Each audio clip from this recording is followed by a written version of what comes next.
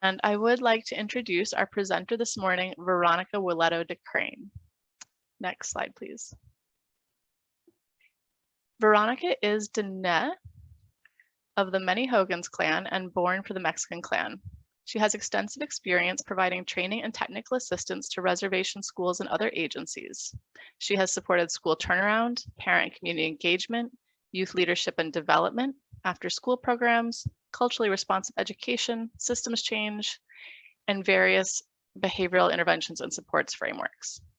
In her current role, she manages a project focused on trauma-informed care within the tribal justice systems and supports the National Native Children's Trauma Center's school-based efforts. I'd like to introduce and turn over the training to Veronica Willetto DeCrane. Thank you so much for that introduction. Well, welcome everyone. I'm so glad you could be here. I hope, as Dana said, you are safe and well this morning, and just excited to have you joining us and being with us here today.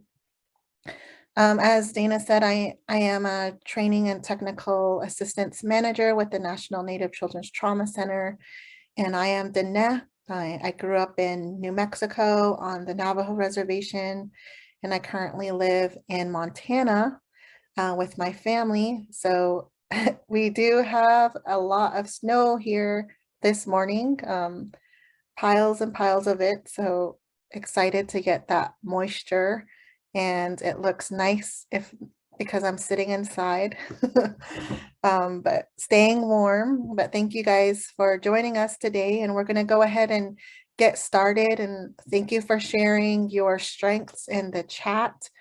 I love to hear about your organization and what you see as a strength of your organization, and also yourself.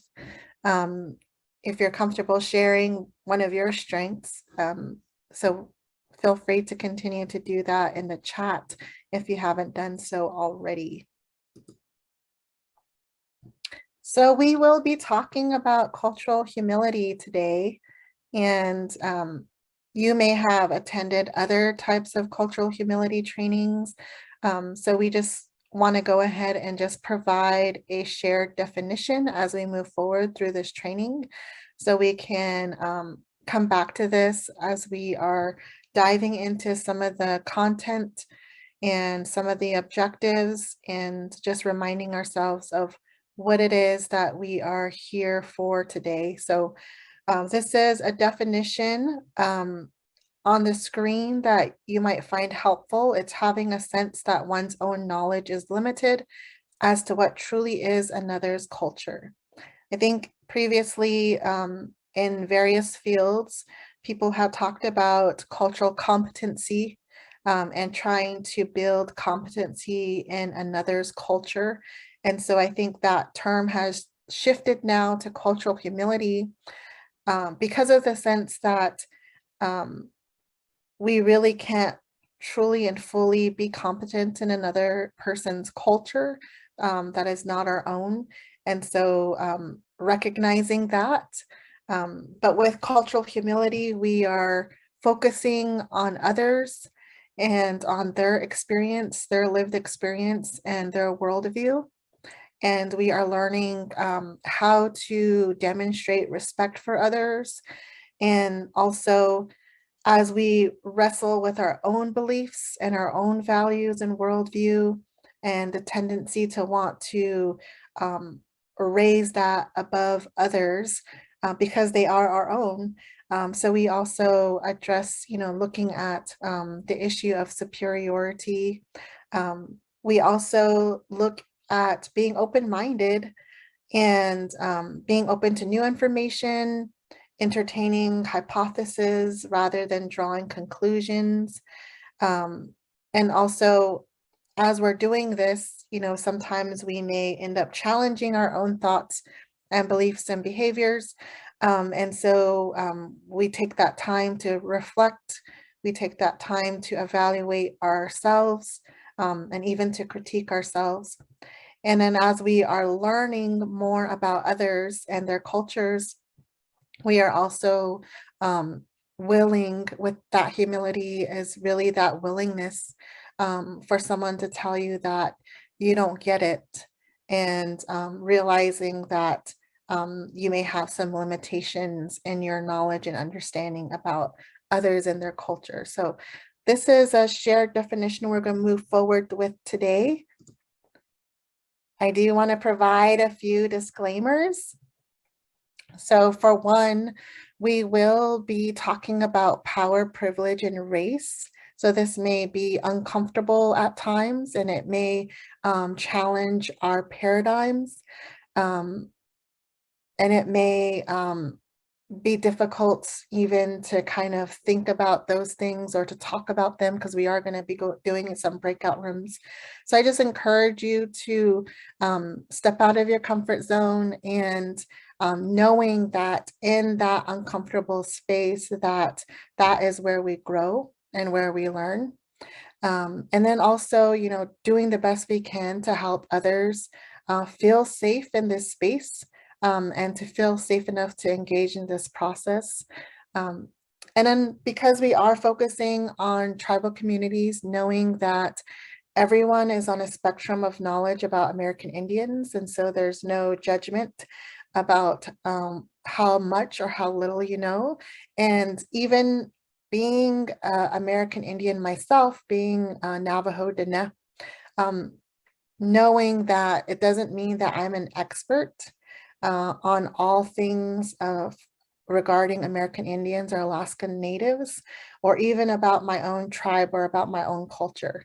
And that in this identity that I hold, it is actually a lifelong journey in pursuit of knowledge and experience. So every day I'm learning. As the years go by, I'm growing in my knowledge and understanding of my identity. So knowing that there may be some things that I may not be able to answer for you, especially when it comes to another tribe or culture that is different from mine, but we will be sharing some shared common experiences, common shared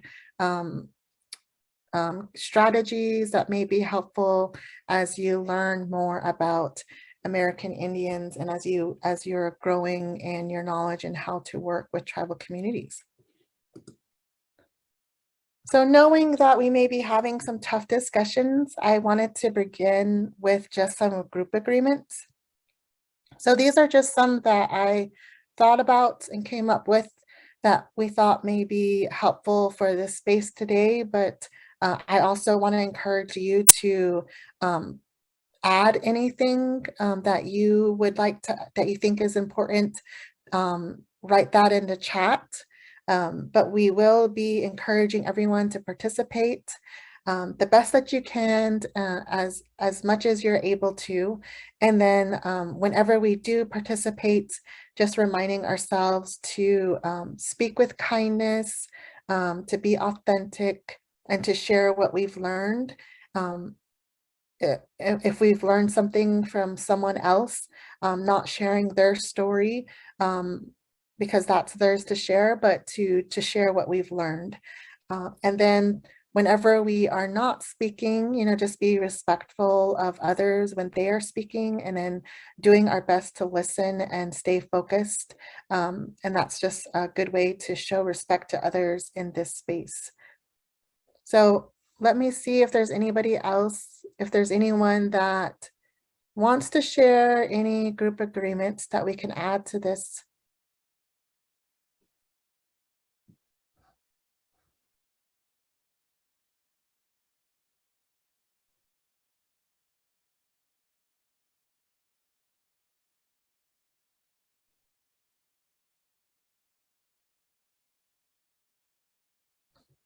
All right. So thank you, Kathleen. If anybody thinks of anything else, feel free to add that in the chat, but we can go ahead and get started. So we are hoping to accomplish some great objectives today, and hopefully we will get into some of these things, but one is to understand the impact of racial and historical trauma, specifically as it pertains to American Indians and Alaska Natives, and to realize the importance because of that trauma on identity development for American Indians and Alaska Natives, as well as the importance of cultural humility when we are working with tribal communities and tribal people. And also, hopefully, this will give you an opportunity to reflect on your own practice of cultural humility and to see what areas that you are strong in, as well as areas that you may want to have improvement in. And then the ultimate goal is that you will walk away from this training, increasing your own cultural awareness, awareness of your own culture, as well as awareness of working with American Indians and Alaska Native communities and within their cultures. So this is a little bit of a roadmap for us today and tomorrow.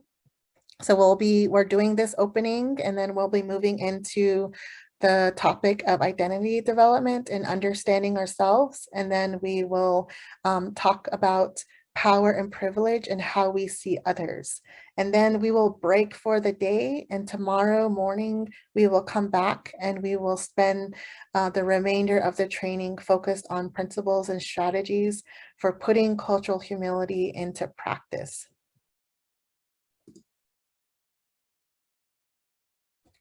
So let's get started with talking about identity development. So we're going to begin by looking at this concept of identity development.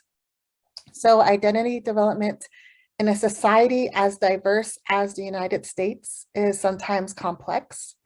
There's race and ethnicity, religion, nationality, immigration status, gender, sexual orientation, and other things that may play important roles in the development of our identities.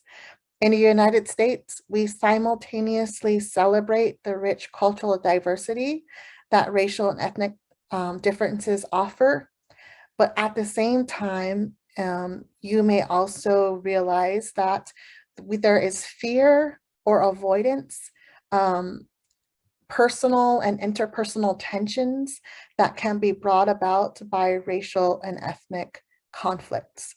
So although all aspects of identity are critical and should be addressed, for this training, we're going to focus primarily on racial and ethnic identity development as we talk about working with tribal communities and learning more about their cultures. So one of the things that maybe a reason why you're coming to this training, maybe you do work with American Indians directly, maybe you don't. Maybe you're in this training because just recognizing the need for increasing our cultural humility. So there is a shift happening in our country in demographics as you look at the data, where people of color, it is projected, will represent 47% of the population in 2050. And there's also other trends happening, like increased immigration from Asia and Latin America, and then higher birth rates among all ethnic groups other than whites. So we're seeing this trend of just our society becoming more diverse, and the likelihood of us interrelating and working together with others who may have a culture different from our own. And what does that mean? How do we do that? How do we work together?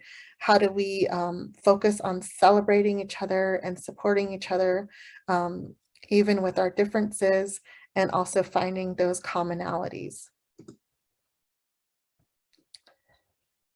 Another point that I'd like to make about identity development is that there are influences that shape our racial and ethnic identity, and that happens through two processes: socialization and acculturation.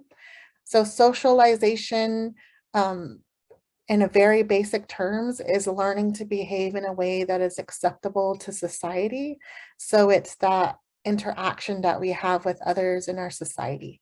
And an acculturation is assimilation to a different culture, and typically it's the dominant one. So the mechanisms of these influences are messages. Messages are subtle or explicit. They can be positive or negative, and they can be protective or harmful. So understanding the impact of these messages and learning how to differentiate between those that support or hinder our racial and ethnic identity is important for each of us to learn. We must also understand the role we play personally in conveying messages to others and the impact of those messages on their racial and ethnic identity. So I want to go ahead and give us an opportunity to go into some breakout rooms, and you're going to have 10 minutes to spend in the breakout room, and you're going to be in your group, and we also have a Google document that will be shared with you in the chat. And you can go ahead and click on that document, and it will have these questions in it for activity number 1. And so then if you have someone in your group who is able to access the Google document, they are welcome to be your scribe, your group scribe, and to jot down some of the responses that those in your group may be having. If not, if nobody in your group can access the Google document, that's fine. When we come back, we will give opportunity for those that would like to unmute themselves and share to go ahead and do that. Right. I am so excited to hear what you guys have to say. Thank you so much for those of you who were able to access the Google document and writing some of your comments in there. It's been great to follow along the discussions that you guys have been having. I'm going to go ahead and ask if there's anybody in room 1 that would like to share. So room 1, we have Beth, Dixie, and Jamala. Okay, so in our activity, when we did talk about the first question, we've learned that quite a few of us have the Choctaw and, well, excuse me, a couple of us have the Choctaw background, Irish, English, French, German backgrounds. We've also stated about knowing more of our roots. A lot of us felt that, you know, because we grew up understanding what our identity was, we haven't actually connected. A lot of growing up, we were just informed of what we were, or, you know, what the tradition in our family was, but we never really have acquired the knowledge to know what exactly we are. Where did it generate from? On the second question, the influences that affected our identity was just the long Irish heritage, Buddha, the food differences that our cultures have, and the difference in our beliefs, and also within like some of our clothing attire. Some of my family are Islamic, so they actually dress a little, you know, different than we are. But when it comes to like all of our family reunions, we're all still gathered as one, but there is still a respect in between the two different beliefs. On number 3, how does our race and ethnicity influence our self of identity? It's basically some of us had a lack of interest in the other sides of our families because there wasn't something that we felt like we can bond with, because we didn't know a lot about the other cultures or the other identities in our families. And the 4th one, how do we wish others knew about our racial and ethnic identity? We wanted to be able to identify ourselves more before we can actually present and make others aware of our identity. So we would like to look back in our background more and get further information before we can discuss with others. So we'll be more knowledgeable when we do have that conversation. Awesome. Thank you so much for sharing. It sounds like you guys had some rich conversation. Can we have someone from group 2, if you're willing to share? It's Ella, Jada, Rachel, Shanna, or is it Sheena? Shanna?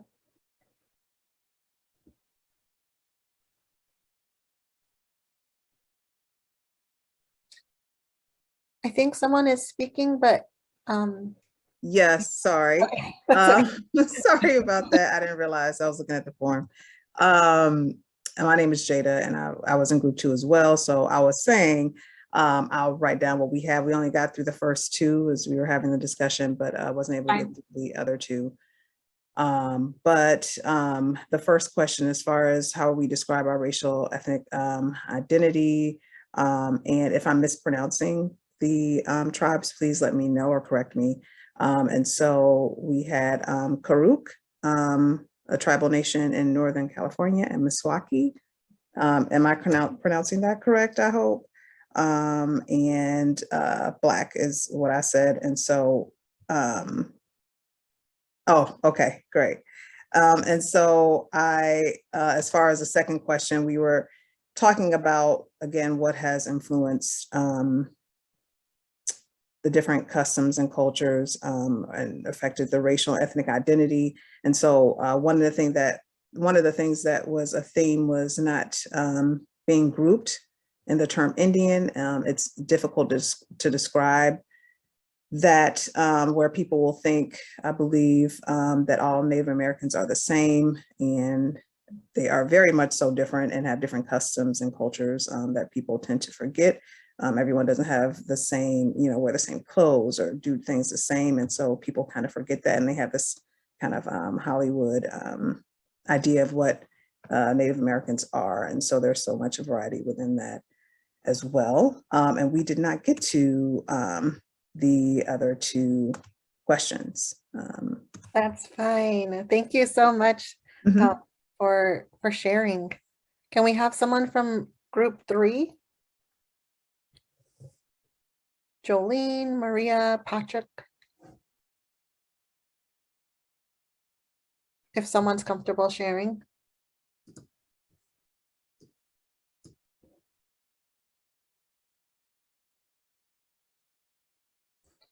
If not, that's totally fine. You can also put it in chat too if you don't want to share it verbally. So group 4, we have Ella, Jessica, and Lisa.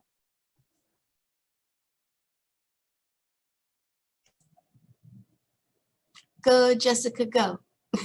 You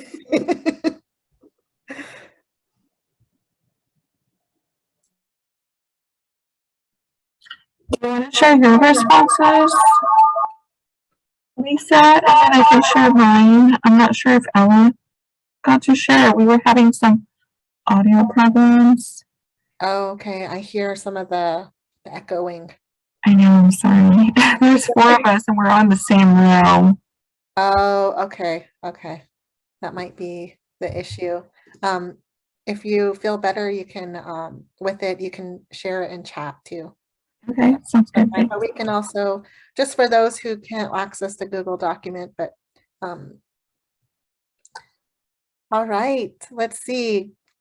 Group 5, Kathleen, is it Kayla and Melanie? I can share if no one else wants to share. So we had 3 people. One of them was would just say white as a racial and ethnic identity. There wasn't that much in her genealogy that she could do. I identify as white, and then I'm also, my ethnic identity is Irish and German on one side, and then Irish and Russian, specifically Lithuanian on the other side. And then we had another member of the group who grew up in Guatemala, and she identifies as American Indian. And well, she was born in Guatemala and she lives in Southern California now. So the second question was like what was our influences. We talked about how Southern California has a lot more influences as far as Mexican and culture like that. Like there's a lot of grocery stores and cultural resources. I talked about how I was from like Russia and Lithuania on my mother's side. And when I lived in New York, in upstate New York, there was at Knights of Lithuania group, there was an Ancient Order of the Hibernians for people who were Irish immigrants. There was a lot more resources to learn about your culture in upstate New York because I think the immigrants are more recently from those countries there than here. So that's some of the influence and the impact of moving from one side of the country to the other was I've lost some of those resources. And then I put here on where you can see when I was a child, the United States was at a war with Russia. It was the Cold War. So my mother did not tell us that we were Lithuanian. She said that we were Polish, and only after the USSR collapsed in 1991 did my mother feel comfortable about saying that she came from a communist country, because she grew up here in America during the 30s and 40s and 50s with the McCarthy era, where communism was, a black mark against your reputation to be from those countries, or just to even be suspected of that. And then we talked about how does our race and ethnicity influence our sense of identity. And I brought up that as like a white person, the way I look, I have never been asked where I came from when I have been having 2 feet in America. So when I travel to other countries, they ask, but no one has ever insinuated that I'm somehow not American, and that's part of the privilege that I have. And just, it's very easy to be a white person in America. The culture is very open to me. Thank you so much for sharing that. That's very interesting to hear your perspective on just, coming into the United States and what that's been like for you. Thank you guys so much for having that conversation. I think that's all the groups. We had someone who put it in the chat, so I'm going to go ahead and look at that. Jessica mentioned that they also were only able to get to the first 2. She's second generation California. Her grandparents are from Croatia and Spain. She identifies as white. And others are first generation Mexican American or white.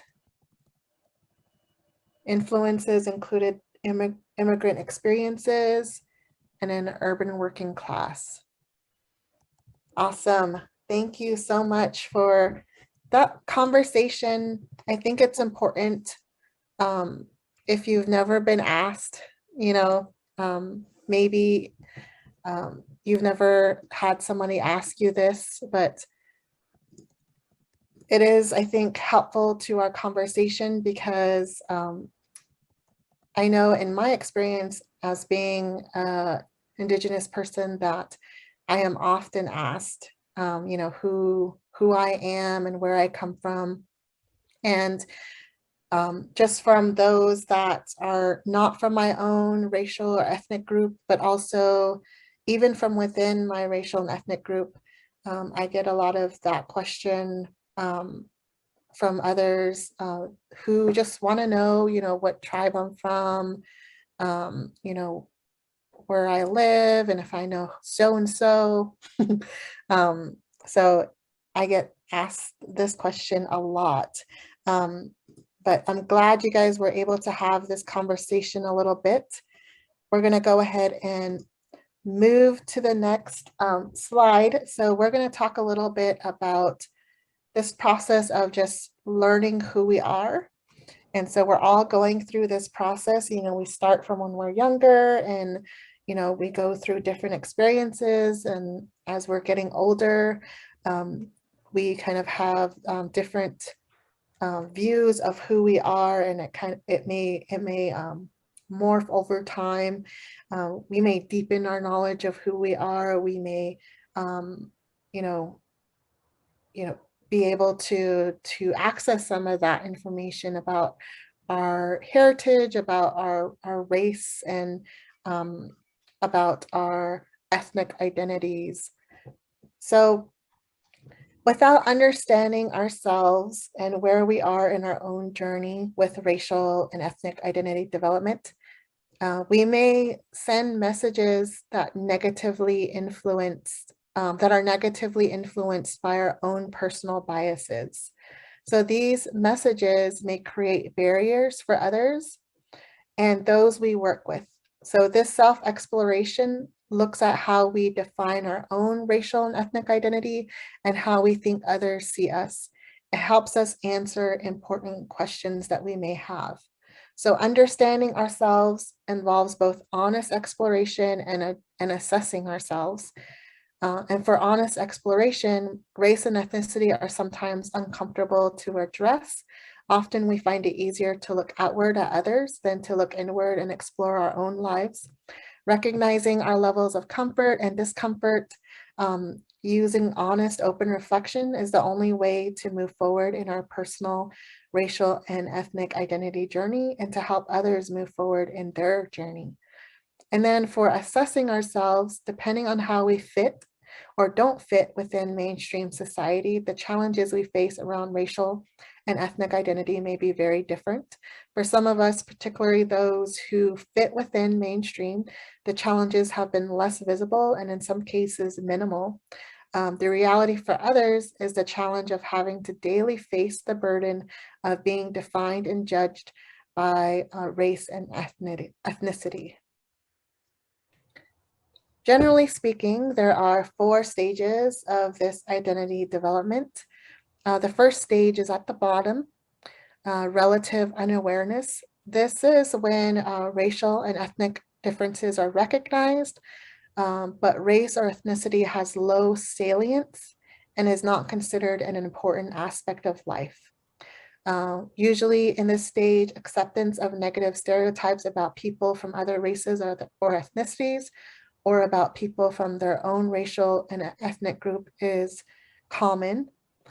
Examination of personal race and ethnicity may not have begun, and greater value may be placed on other aspects of our identity. And then unconscious identification with whiteness may occur, may have preference towards the values and norms of dominant white culture. The next stage is emerging awareness. This is understanding around the social significance of race and ethnicity.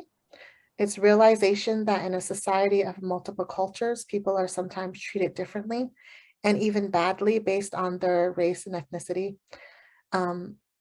In this stage, this stage also occurs after an experience or accumulation of experiences that lead to an abandonment of attitudes associated with relative awareness.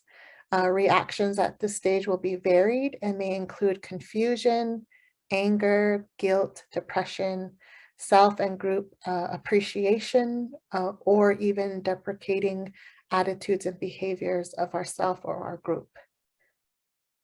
The next stage is exploration, or sometimes called identification. This is where we're actively engaged in defining for ourselves what it means to be a member of our race or ethnic group, based on growing recognition that race and ethnicity are essential components of our society. And this can include negative views of the mainstream in general, and sometimes of white people specifically, as well as rejection of dominant values and norms. And then in this stage, we may experience conflict between allegiance to our own racial or ethnic group and issues of personal autonomy. And then for youth, this includes exploring positive aspects of one's racial and ethnic group membership, development of ways to function in the mainstream, and then development of an independent sense of self. And then the last stage is commitment. This is where there's positive feelings about one's ethnic group membership, experience of confidence and security about our racial identity, and having acceptance of both positive and negative aspects of one's membership, one's group. And then this is when we may commit to eliminating all forms of oppression. We may respect and appreciate other racial and ethnic groups and are able to see both the positive and negative aspects of those groups. And then we may, at this stage, be open to acquire new awareness, knowledge, and skills regarding race and ethnicity, as well as skills to combat and cope with racism and discrimination if that's something we experience. And then not necessarily, this isn't exactly like the conclusion of development, because as anything, you know, we may visit prior stages. We may have experiences that kind of jolt us to a different stage. So this definitely isn't always a linear experience. So everyone's racial and ethnic identity is shaped by the external influences of acculturation and socialization, as well as our own group membership. So this figure shows how an individual's race and ethnicity is impacted by these influences and processes. For the outer circle, the blue, acculturation is the process of changes that occur at an individual or group level when two groups come into contact with one another. And in the formation of racial and ethnic identity, government policies, media stereotypes, prevalent societal values and beliefs, and institutional racism can influence our individual sense of self. So think about how government policies, media, stereotypes of groups in the media, society's values and beliefs, as well as institutional racism. Think on how you think these may have influenced your identity.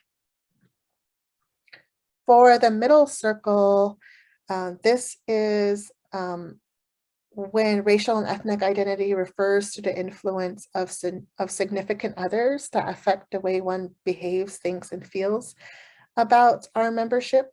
So the process can be direct and indirect, implicit and explicit. Ultimately, these socializing influences affect the way individuals view themselves and how they interact with others in society. So for this circle, think about how school, family, peers, and community have influenced your identity. Then the next circle, the green, this represents the core of racial and ethnic identity formation, the dynamic interplay in developing an individual sense of self that is based on the knowledge and experience of one's racial and ethnic group membership. So think about your group, whether it's a tribe or whether it's some other type of ethnic group or racial group, and your membership in that group and how that's influenced your racial and ethnic identity. And then finally, the last circle is individual. So each of these circles of influence affects the individual's identity. It affects our social competence and our psychological well-being. So just as you're looking at these circles, think about how each of these influences has affected your identity, maybe how you think it may have affected your social competence and also your psychological well-being.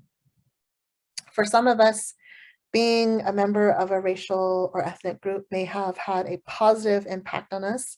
It may have been good for our mental health and for our well-being, but maybe for others, we've had some challenging experiences and difficult experiences.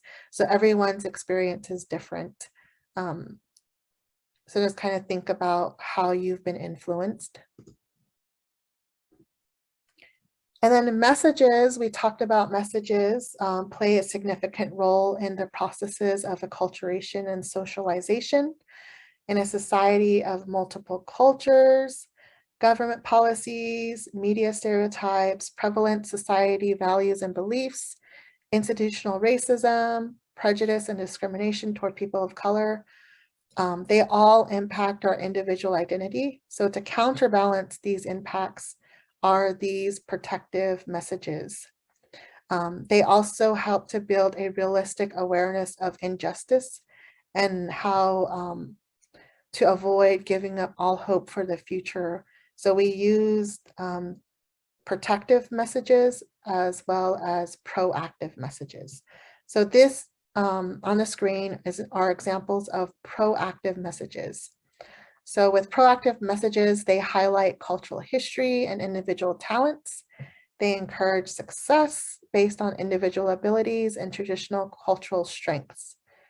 So an example of a proactive message, maybe look at number 2, the parents of a Native American girl take her to a powwow and talk about the purpose of the powwow to preserve the traditions of the tribe, to renew friendships, and to celebrate in song and dance. Now maybe think about whether or not you've ever heard proactive messages or have experienced proactive messages. If you're comfortable, I invite you to share some of those examples of proactive messages in the chat.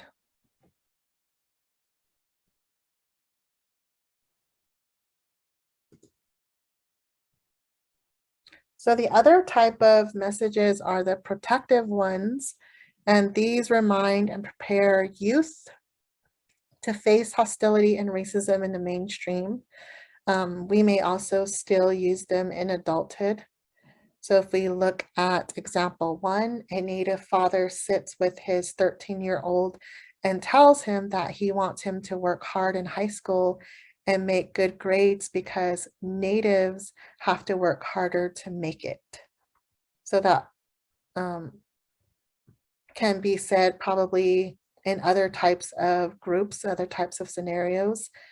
But again, think about maybe some examples of protective messages that you have heard growing up, or that maybe you have heard said to others.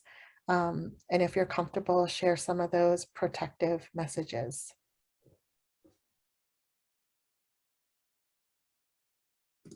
So these messages are meant to be helpful, but there can also be messages that are more harmful. So some examples of these are, we're all human. I don't see color. I treat everyone the same. Not intended to be harmful. The intention is not to be harmful. But the impact of it may be. And then somebody else may say something like, not this subject again. I'm tired of talking about race. So again, maybe not intending to be harmful, but it has an impact. And then it's okay to be friends with someone who is different, but you just can't marry them. So that is another example of a message that is maybe not intended to be harmful, but can be. And then the impacts of it that may result as a result of hearing these messages, a person may feel ashamed of their race or ethnicity. They may feel hopeless, or it may have a good effect and they may have greater pride about their race and ethnicity. So maybe think about some of those messages you've heard that you think may have had a negative impact around race and ethnicity.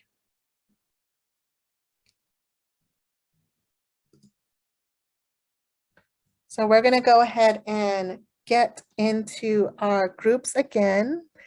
And we're going to spend another 10 minutes going over these questions. And these are specifically about the circles that we went over and having discussion around those influences, those messages that you hear, that you've heard growing up or that you hear today in relation to those circles.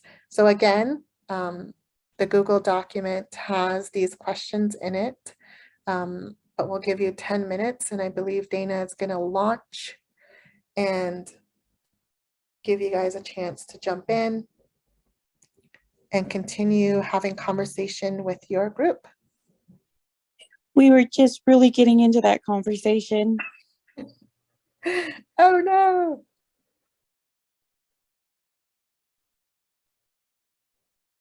All right. Thank you guys so much for engaging in that. And I think everyone is back now. So we'll jump right into what you guys were able to discuss in the time that you had. It's okay if you didn't get through all of the questions, but will group one like to start? Okay, so for question number 1, how have the government, media, and and society influenced our racial and ethnic identity? We felt that there is still like a lot of racial insensitivity. We also feel like a lot of Americans are increasingly turning to social media and the news for like political information. We feel they try to use that platform to actually get their point across or to get others involved in a cause or a movement. And what we meant by that is just like one of the most recent that's been widely known as like the Black Lives Matter. So we felt that actually it fit the description of number 1. Mhm. For number 2, how does the communities or neighborhoods where you grew up influence the development of our racial and ethnic identity? We still see segregation out there a lot. It is not like it's hidden, it is still exposed. There's a lot of diversity of people, and we're also exposed to discover how other people live differently and to respect their culture and their traditions. So I think basically where we have grew up in our old neighborhoods or new neighborhood developments, it actually helped to shape who we are as a person when we look back. And number 3, how has our family influenced the development of our racial and ethnic identity? We do feel like the families in the communities, we have a role where in our group, there was several of us who are married into different cultures and races in our families. And we felt that actually created a great influence of exploitation. So we also learned about one another. And number 4, do we feel connected to our racial and ethnic groups? Absolutely, we do. And that is going off of having a lot in common and also having that level of acceptance that we can get and what we can learn from each other.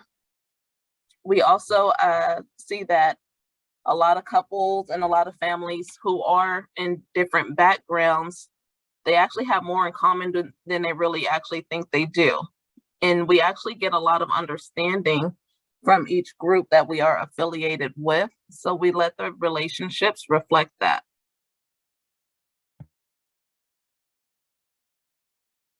All We right. did not get to number 5 at all. That's okay. Well, you guys got pretty far. That sounds like some rich conversation. Thank you for sharing that. Would group 2 like to share? Sure. So we only got through, I think, the first 2, but we definitely had some similar history, and that when we were thinking and talking about the first question, how have government, media, and society influenced your racial and ethnic identity? So from that first activity, we talked about the Hollywood idea of, what people see in media regarding Native Americans, but the government has also had influence with the laws and like, for instance, an example, having to carry tribal ID cards that have numbers on them when, why do you have to have that when this is your, native land? Why do you need that?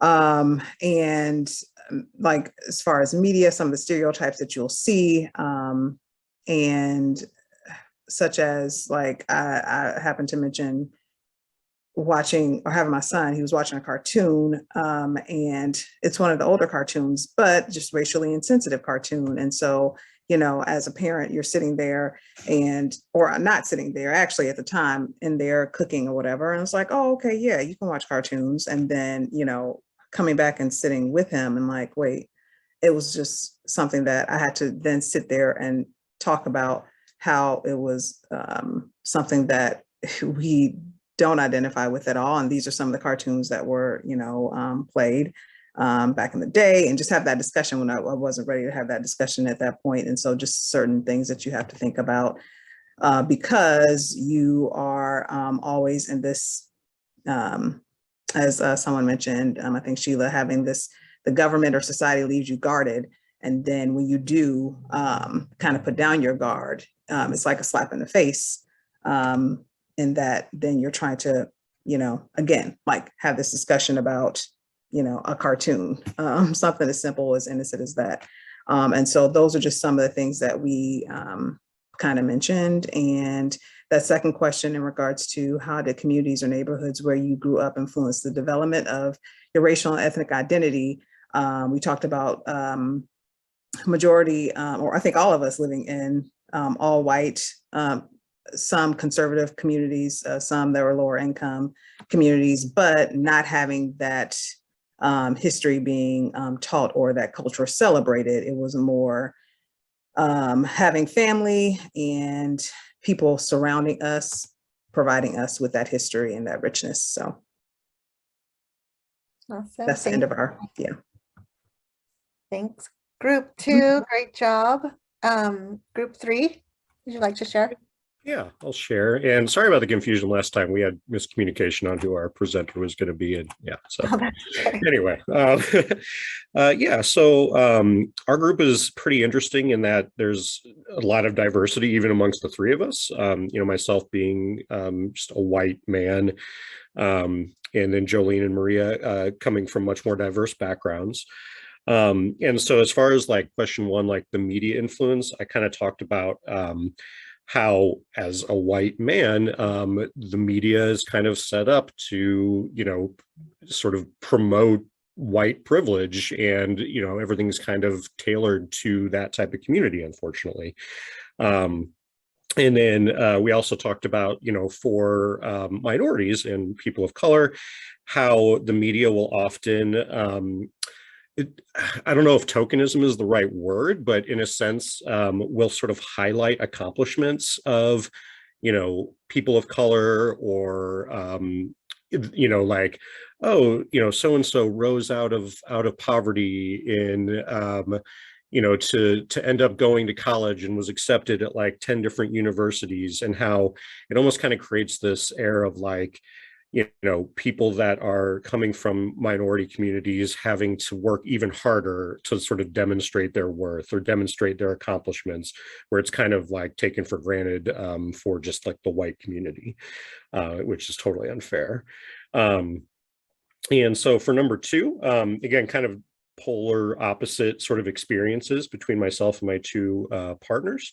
I grew up in a very, you know, homogeneous community, you know, very, very just white, middle class, was not surrounded by a lot of opportunities for interaction with diverse groups or diverse thoughts and things like that.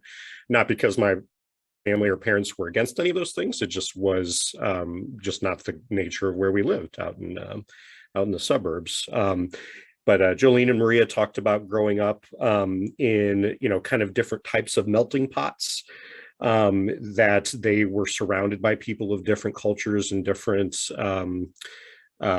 backgrounds as they were growing up in their communities in California. And I'm sorry, Maria, I didn't write down exactly where you grew up, but that they were really kind of really enjoyed the fact that they were able to have all of these different influences at various times as they were growing up.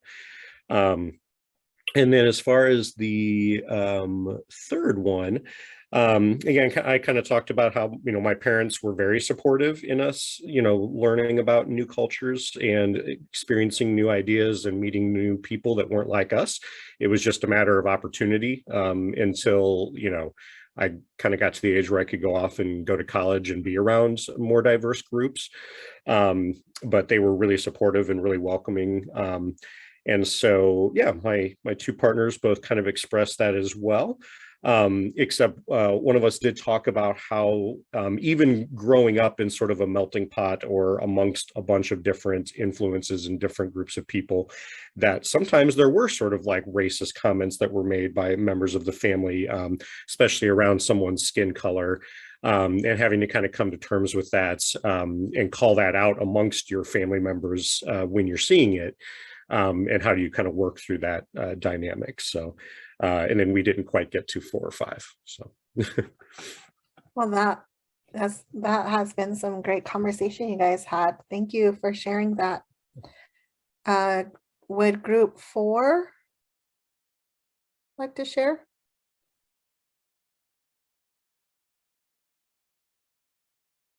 If not, that's fine. You can put it in the chat if you're more comfortable with that.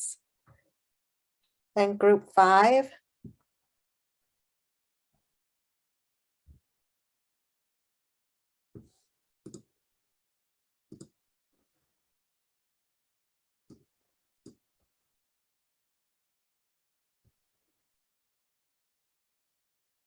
All right. Well, feel free to put it in the chat if you would like to share that. And thank you so much for having these great conversations and being open to talking about all of these different ways that we can be influenced in our thinking, in our perceptions of the world and of ourselves. So I'm going to go ahead and move us along. And now we're going to look a little bit more about like how we see others. I know we talked a little bit about how we've been working on our identity and what it is that has influenced our own identities. But now we're going to talk a little bit about how we see others. And we've already had some of that conversation and just talking about some of the influences that impact, how we can see other people. But we each walk in different worlds, regardless of how each of us understand our own identity. And society judges people by the color of their skin, their ethnicity, and how others perceive their racial and ethnic identity. So it's not enough to acknowledge and celebrate the differences between us. We must move beyond mere acknowledgement and accept and value racial and ethnic differences. Then we can better understand others and have a positive impact on society. So we're all exposed to stereotypes. We all have prejudices and misinformation about people different, as well as those that are like ourselves. If left unexamined and unchallenged, these attitudes and beliefs can lead to acts of discrimination with harmful effects on individuals and society. When we discriminate against people based on race, we practice a form of racism known as individual racism. And it's natural to make generalizations about our world. Some researchers suggest that we make generalizations as a way to process overwhelming amounts of information. And generalizations become problems when we apply them to all members of a group, leading to the loss of an individual's uniqueness and identity. Assumptions form when we take generalizations for granted and accept them as truth without requiring evidence or proof. Assumptions may incorrectly characterize people and negatively influence our attitudes, beliefs, and behaviors. It's essential to question all of our assumptions. And individuals who are not members of mainstream society learn various ways to function in response to daily struggles with stereotypes, prejudice, and discrimination. So cultural alienation, dualism, separation, and negotiation are just 4 cultural response patterns for survival. And how people adapt and cope within an oppressive environment helps us understand their reality and how we can influence change. So these are examples of racism that we've talked about. The definitions are on the screen, but just to kind of help us understand this a little bit more, I'll give some examples. So an example of a stereotype is Native American men are dangerous and to be feared. This could also be said about, African American men. Prejudice is when we become fearful when we see a Native American man walking down the same side of the street as us, especially after dark. And as a result, we become concerned for our safety. We may even cross to the other side. We may hold our belongings more closely or look around for other people of our same group. An example of discrimination is when Native American men walk into stores and they are watched and followed by security.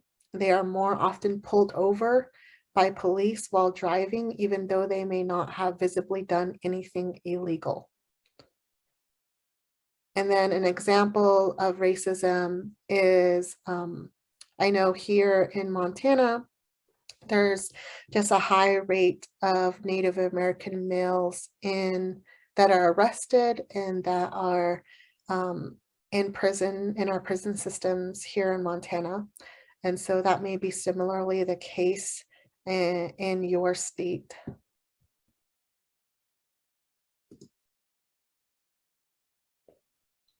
So we're going to talk a little bit about the trauma of racism.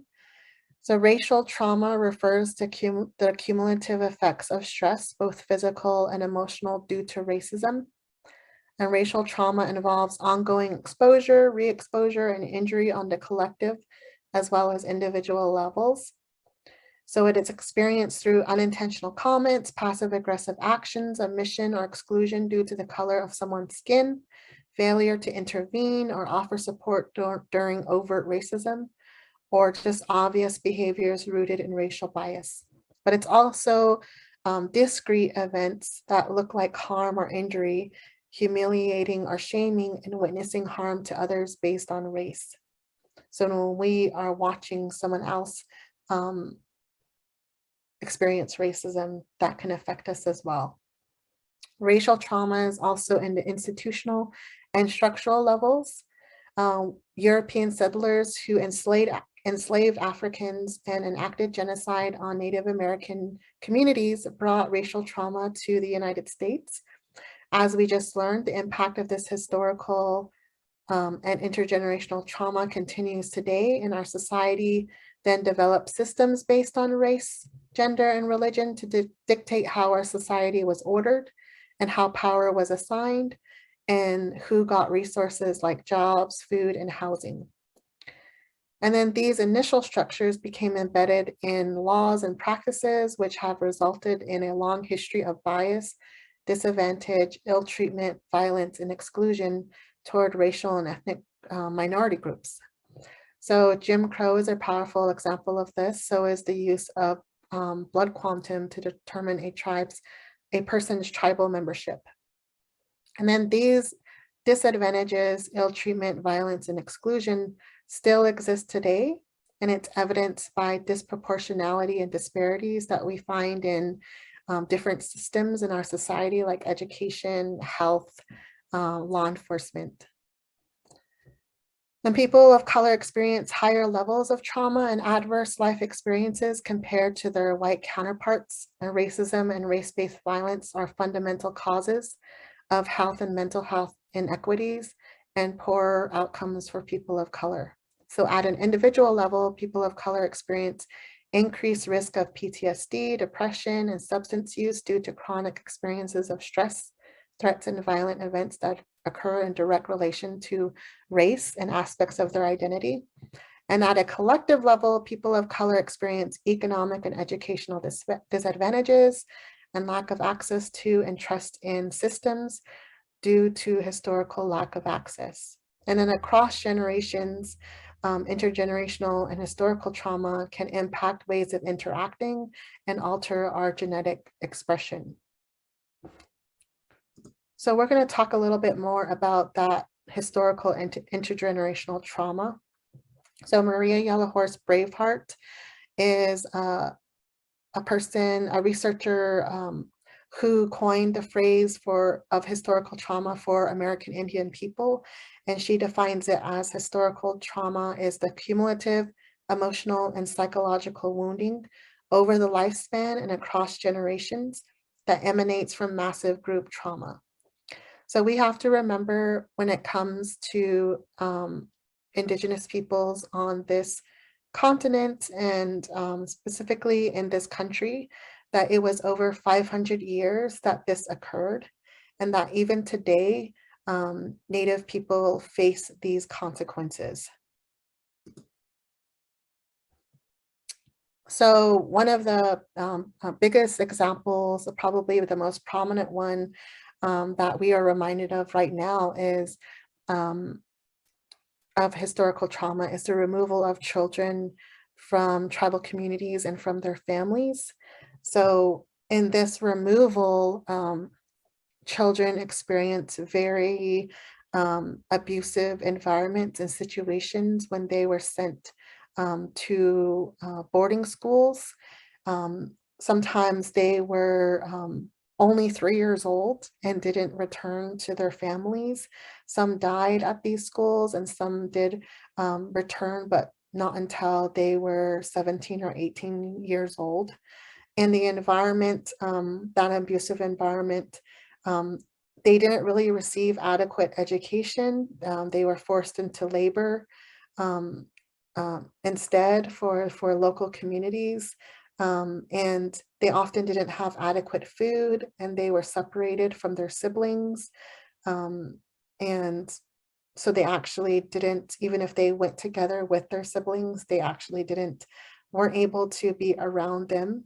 So they kind of were isolated from everybody that they knew. And then the boarding school staff in some situations neglected the children. They also physically, emotionally, spiritually, and sexually abused the children. And so then through this experience, they returned back to their communities, and they struggled because instead of being raised by their parents and by their families and in their communities and developing a very strong, healthy identity, they returned to their communities really struggling with what they had been through. And some of the research shows us that some of the consequences of adverse boarding school experiences has been just affecting parenting. So as these children who grew up in these schools then came home, they didn't learn effective parenting. They didn't learn healthy family norms. And so they struggled to raise their children. They struggled to really create cohesive families. And, they didn't have very good opinions of school systems, education systems.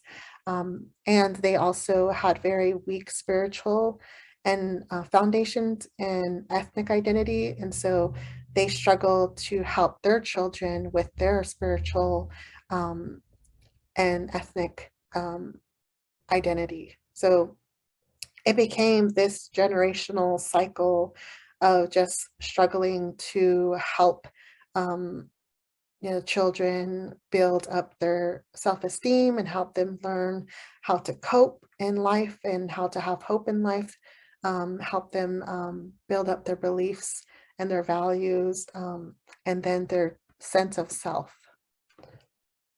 So that's just an example. Boarding schools is just one of the historical trauma events that I guess I'd say many of the tribes in the United States have experienced. There's even people living today that have been to boarding schools and are survivors of boarding schools because it continued to happen into the 1950s.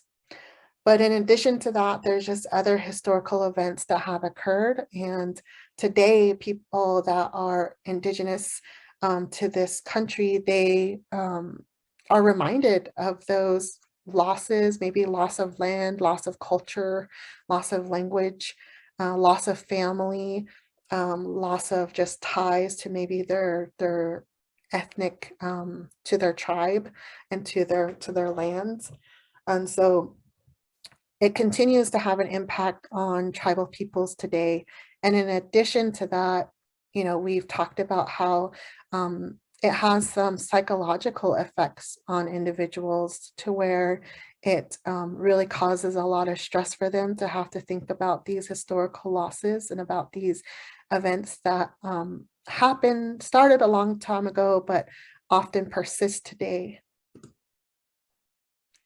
And then we also know that it has been impact on genes of those survivors of these historical events, and that those genes get passed down to their children and grandchildren. And so we have generations today that are living with the markers of these historical traumatic events that our ancestors and our grandparents and our parents have been through. And along with that, it has really caused some tension. It's caused some tension between Native people, as well as between Native people and non-Native people, particularly white people.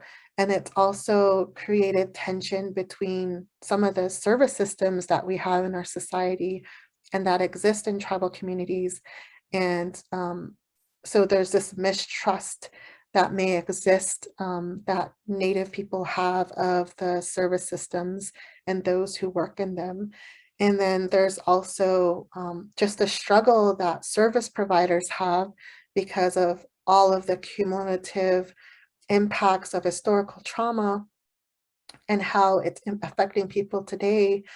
So then they're coming into their service systems, whether it's education or health, whether it's your family resource centers or your child abuse centers, that they're coming into these systems, to these organizations, really with a lot of traumatic experiences and sometimes having cumulative trauma impacts.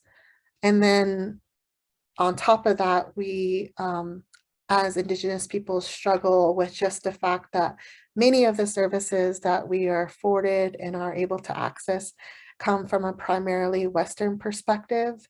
So there's sometimes this disconnect, as well as just cultural, a lack of cultural knowledge and competence, because often in these organizations, there is a lack of Indigenous representation. There's a lack of even that. On top of that, you know, there may not be someone from our own tribe or from our own community that is working in that system. And so there may be just a challenge of people understanding or knowing about our cultures and about our lived experience.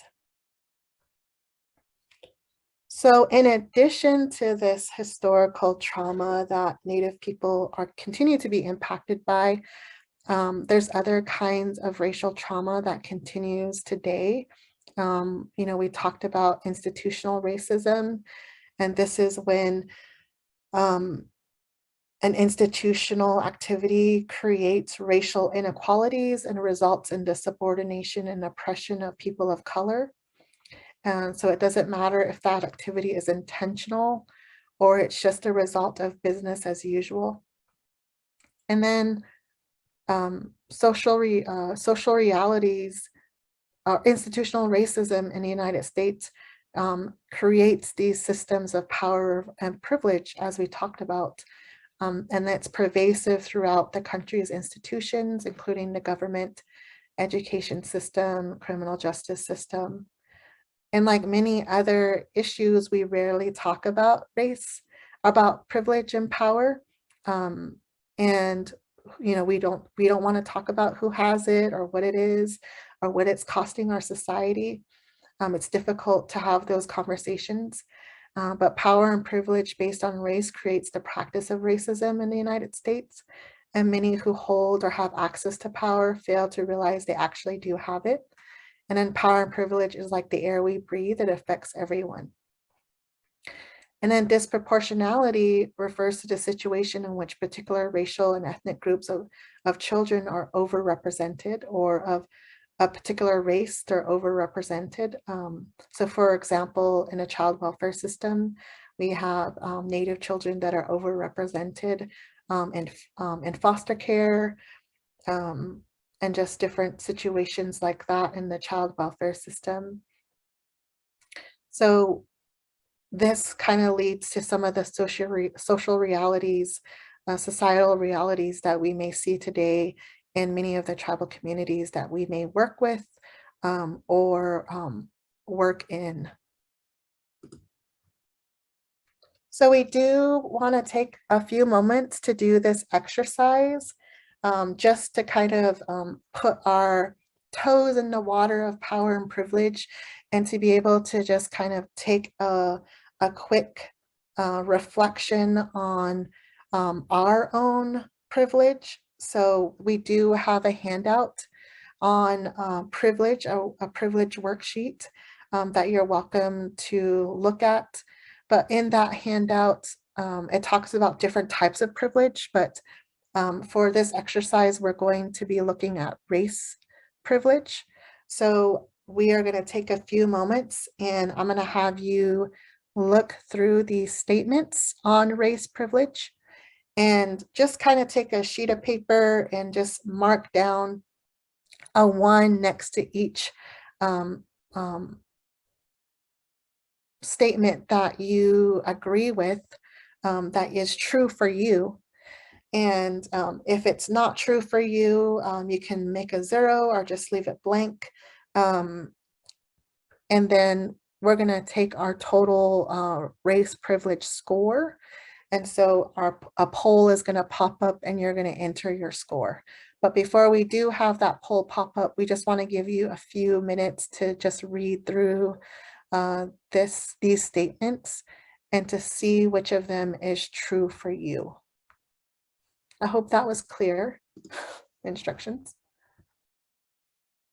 And Dana did put the privilege worksheet in the chat. So if it's easier to just open that up and see those statements in there, it's on the first page. And she did mention, which is true, the responses to the poll will be anonymous. And it's just going to capture a group, a look at our group as a whole. So I'll give you a minute to read through these statements.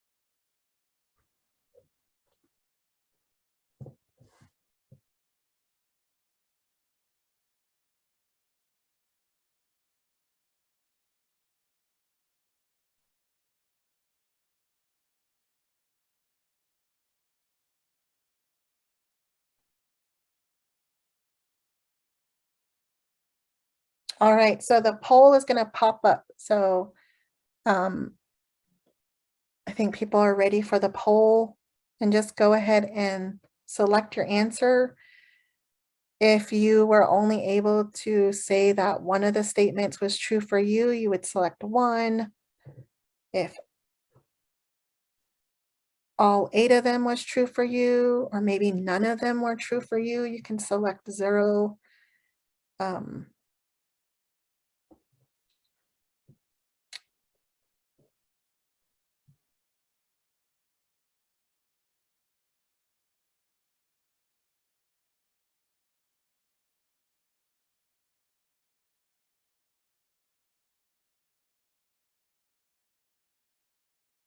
We'll give a little bit more time so we can see if there's any more folks that would like to answer this poll.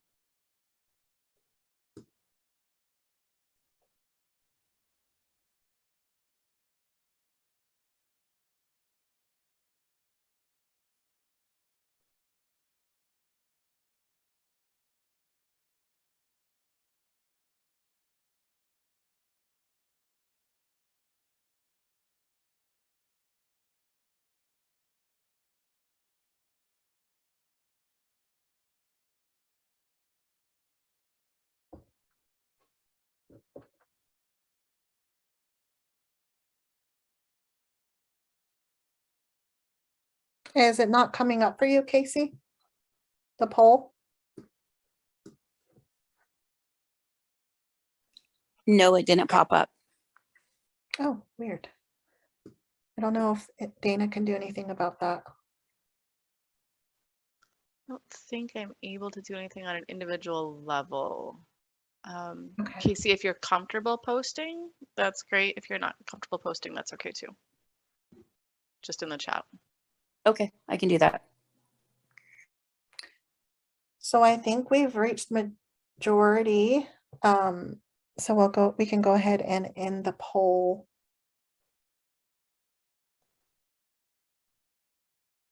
All right. We have a range. We have a range, folks. So no one was able to say that they had zero privilege. I think we all had a little bit of race privilege. It looks like primarily about almost half had 8, and a third had about 4. Wow. That's interesting. There's other privilege statements in there that have to do with like finances and gender. So, if you want, you can look into some of those other areas. But thank you so much for taking this healthy risk and sharing your race privilege score. I think it's just really important for us to recognize, we may not have privilege when it comes to race, but maybe we have privilege in other areas. So I think that's really important for us to learn more about it in terms of just getting to know ourselves. So we have a few minutes left, and I'm going to go ahead and move us along. So in addition to privilege, another individual trauma that may be experienced by tribal peoples is bias. And bias is a type of prejudice that a person, a group, or an institution has towards another person or group.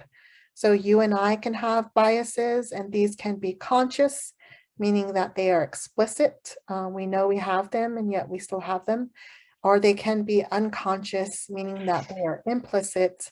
They're unintentional. And when it comes to unconscious or implicit bias, it is something we do outside of our conscious awareness. So we don't even realize we are doing it.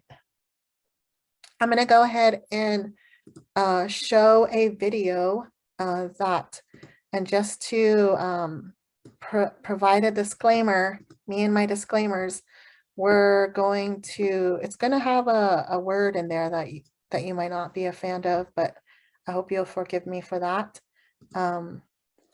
Let me go ahead and pull up the video.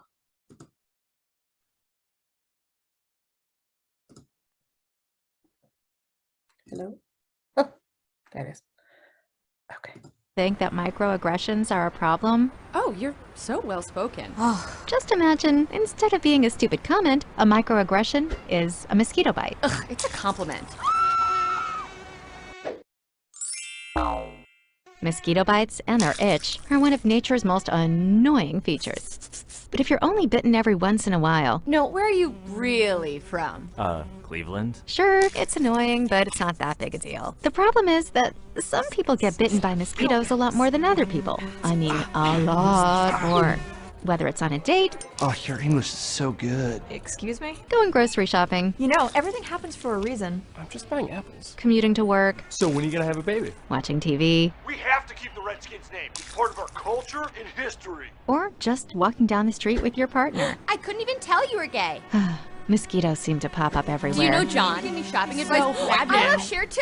And getting bit by mosquitoes every goddamn day, Can I touch your hair? multiple times a day, So pretty. Can Can I touch your it, hair, please? Oh, please.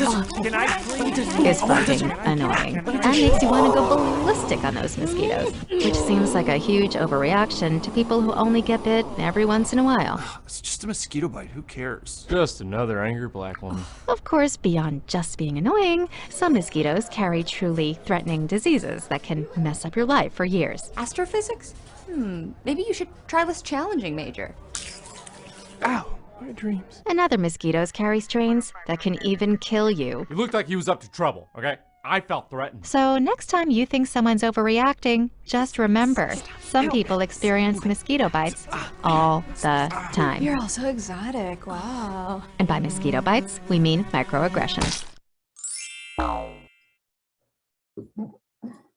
Love that video.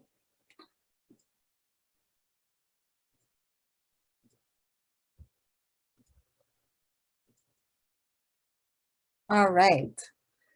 So a microaggression is just another way that we may unintentionally harm someone. And these are just some microaggressions that we may say towards Native people. Maybe you've said them yourself. One of them may be like, you don't look, sound, or seem Native. Or, I'm sick of hearing about Native Americans. There are other minorities we could be talking about. And I don't think of you as Native, I just think of you as a successful person. So maybe there's some others that you can think of, other types of microaggressions that can be said towards American Indians. And then the danger with these is, one of the dangers is that it can gaslight Native people out of their unresolved, out of our own unresolved racial and cultural anxieties. So we may be sending the message that they just have to adjust to oppressive conditions and that it's no big deal what they're experiencing.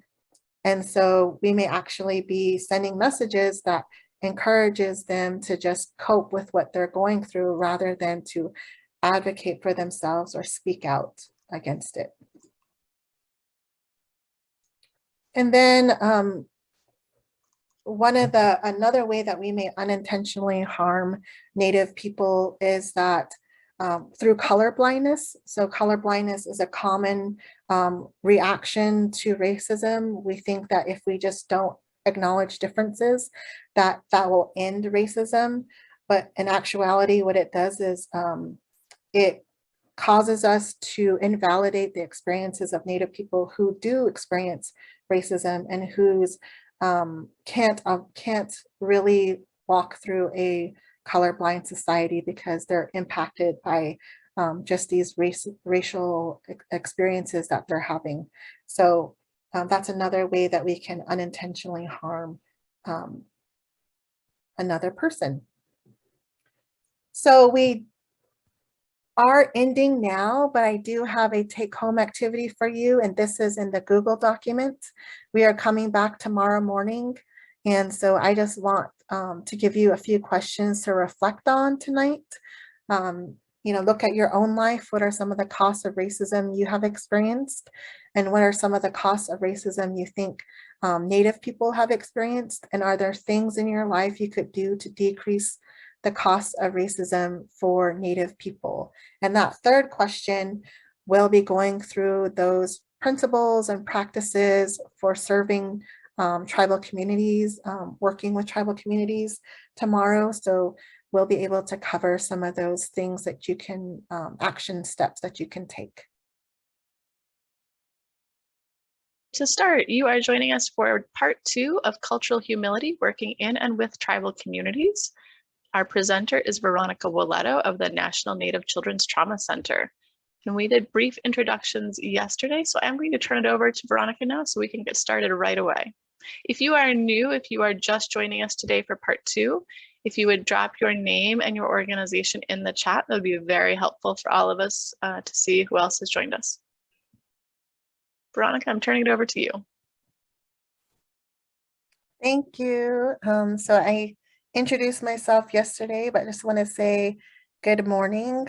I think it's still morning for most of you. And just welcome to this second day of the training. And I'm excited that you've come back and join us. If there's anybody new, it's great to have you.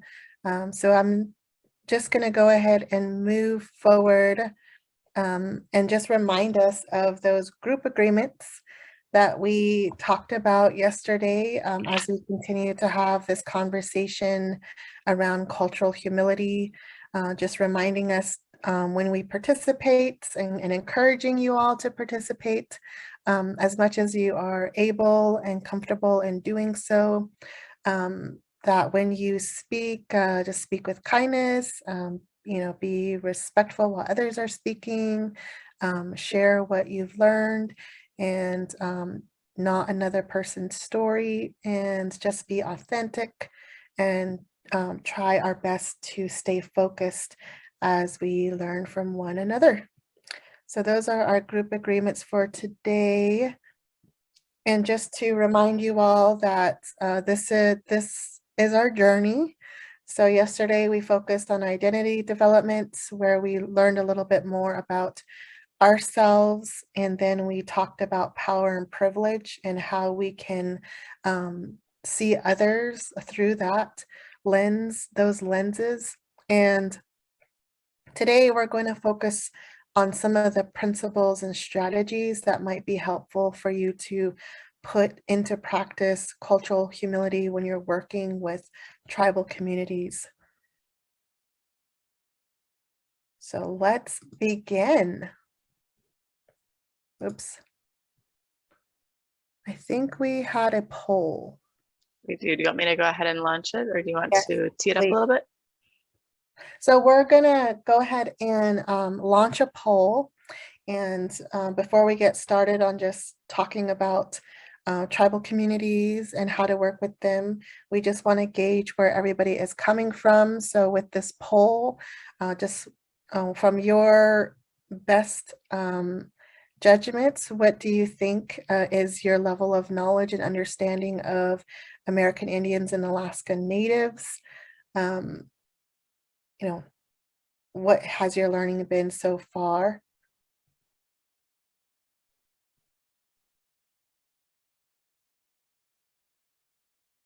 So folks are starting to answer.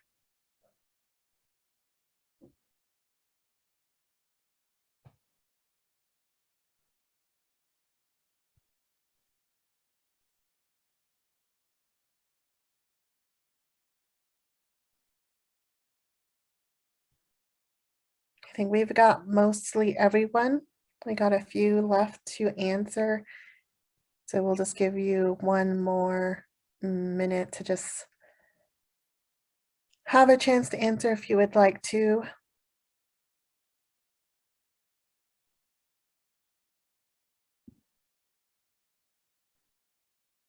All right, I think we got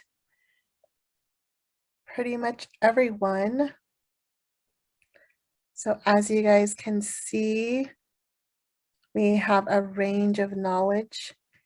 And what's great about this poll is just knowing that there are others in this space that have knowledge and have learned some things. And there may be some that are just starting out in their journey and of knowledge and understanding of American Indians and Alaska Natives, and that's okay.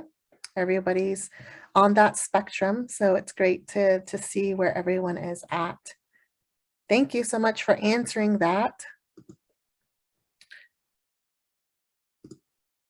So the first strategy that we're going to go into is this idea of developing indigenous literacy. So now that we know that we're kind of all just on this spectrum, everyone that has joined this call, there may be some that may not know very much. And so, and then there are some that know a lot more. So I'm going to go into some, just some basic knowledge about American Indians and Alaska Natives to just kind of help set a little bit of a foundation for folks who are new to learning about these cultures and these people. So when it comes to developing Indigenous literacy, it's really about devoting time and resources to building your basic knowledge. And that's exactly what you're doing today, is you're joining this training to gain greater knowledge. And then it's really important for us, whenever we're working with the tribal community, that we take some time to learn about their history, their culture, and their experiences. And especially when we're working with a community and we're not really sure, maybe we don't know if there's just one tribe represented or if there are multiple. So in an urban setting, you often find that there are multiple tribes that you may be working with in your community. Even if you are working in a reservation setting, sometimes there are more than one tribes represented on a reservation. And then we have American Indians and Alaska Natives and rural communities as well. So whether it's individually just getting a demographics of your community, or whether it's specifically, tribal lands and communities on tribal lands and whose lands they're located on. So just kind of getting a sense of the folks that you're working with. And then one of the suggestions that comes from the REL at West Ed is to rely on primary sources of information. And so, of course, people are primary sources of information who have lived experience, tribal officials. Of course, there's those historical documents, firsthand accounts, and those kinds of things. But we'll talk more about some of the resources that may help you with developing your literacy. But before we do, we are going to give a little bit of some basic information. And this actually comes from essential understanding. So states have been developing essential understandings of their tribes and their states. So a couple of them are Montana. So this I've drawn from some of the essential understandings that Montana Office of Public Instruction has developed about the tribes in Montana. And then California Indian Museum and Cultural Center also has some essential understandings. And so we do have a handout on the California essential understandings. And then there's other states that have them as well. So if you're in a different state, you may, Google that. You may be able to find it on Google.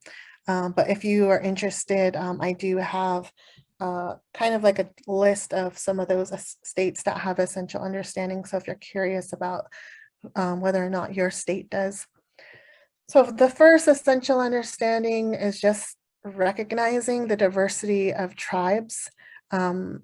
There's federally recognized tribes, and then there are state recognized tribes.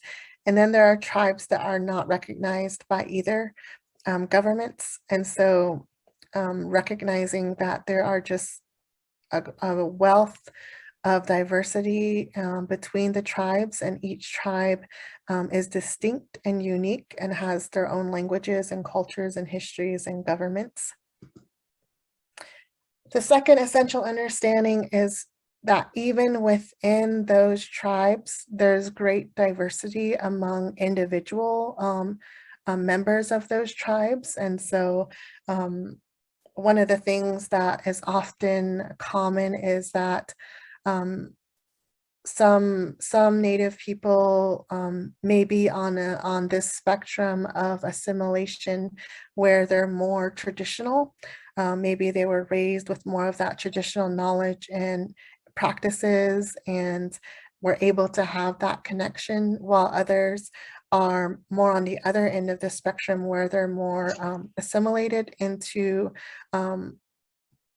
the larger dominant society and to their culture and values. And so there really is just a wide range of American Indian people and Alaska Native people. And there's really no generic American Indian person. So that's one of the things that was mentioned yesterday, you know, the frustration of just with the term Indian, that it makes it seem like everybody is the same and they're all from the same tribe, but they're not. And so getting to understand that a little bit more is important. And then the third essential understanding is just realizing that even though historical trauma has impacted tribes and their abilities to perpetuate their cultures, there are still tribal peoples that carry beliefs and spirituality and practices, traditional practices. They still speak their language that are in tribal communities today, that are in urban communities, rural communities. And then on top of that, because our oral histories have existed for centuries, they continue to exist. We still have oral history that is being passed down, and these oral histories through our stories, through our elders, they're being passed down through our tribal historians, are being passed down, and they're just as valuable and valid as written histories. The fourth understanding is that there were many federal, state, and other types of policies that affected tribes. And so each tribe has their own story. And then of course, the communities and the individuals, how they were affected by it, have their own story of the impact of these policies. And sometimes these policies conflicted with one another. So it gets a little bit confusing about just the intention and, you know, based on each administration that would come into office, things would change. And then most of tribal history in the United States can probably be summarized into these federal policy periods. So we have the colonization period, we have the treaty making and removal period, and then we have the termination and relocation period and the reservation period. And then we are at this time in this period of self-determination. And so it really just depends, you know, like how Congress views tribes and what laws are passed, and also, you know, the executive administration and even state leaderships and how they, you know, because we do have some state recognized tribes, and we also have some tribes in some states where the state does not recognize them. So there's just differences in how policies are affecting tribal people, but I would encourage you to look more into these different periods of history for Indian history, and just kind of educate yourself a little bit more about what those policies were during these periods and how they impacted tribal peoples. So that's a good place to start. And then essential understanding number 5 is really recognizing that tribal peoples have been on these lands for millennia and understanding what reservations are. So reservations are not land that was given to tribes. They were land that was reserved by tribes, and if it was reserved for tribes, it was often forcefully reserved for them, and it's meant to reserve because much of the land that tribes were living on had been taken. So these lands were meant to be reserved for tribes so that they could continue to perpetuate their distinctiveness as a community, as a people. And sometimes tribes were able to stay on their ancestral homelands, and other times they weren't. And sometimes, as I was explaining earlier, there were multiple tribes that were placed on one reservation, and those tribes may not have been very similar, and sometimes they may even have not had the best relationship with each other, and that was purposely done to kind of put these tribes on one area. And one of the common complex, I guess you could say, reservations, because it has been recognized as a reservation, is Oklahoma, the whole state of Oklahoma, where tribes were removed to, and even today, Supreme Court has recognized that that state is tribal land. Another essential understanding, number 6, is recognizing history, especially what we learn in schools and what we see in history books, and that the fact that a lot of times American Indian and Alaska Native perspectives were not included, but as time goes on, we have our own historians that have published some resources, some history books, and to try and include these different perspectives. And but oftentimes, some of these perspectives are in conflict with what mainstream history is told about just this country, as well as about American Indians. So it's good to get different types of perspectives, and to also hear from tribal peoples directly about just how history is being told about them.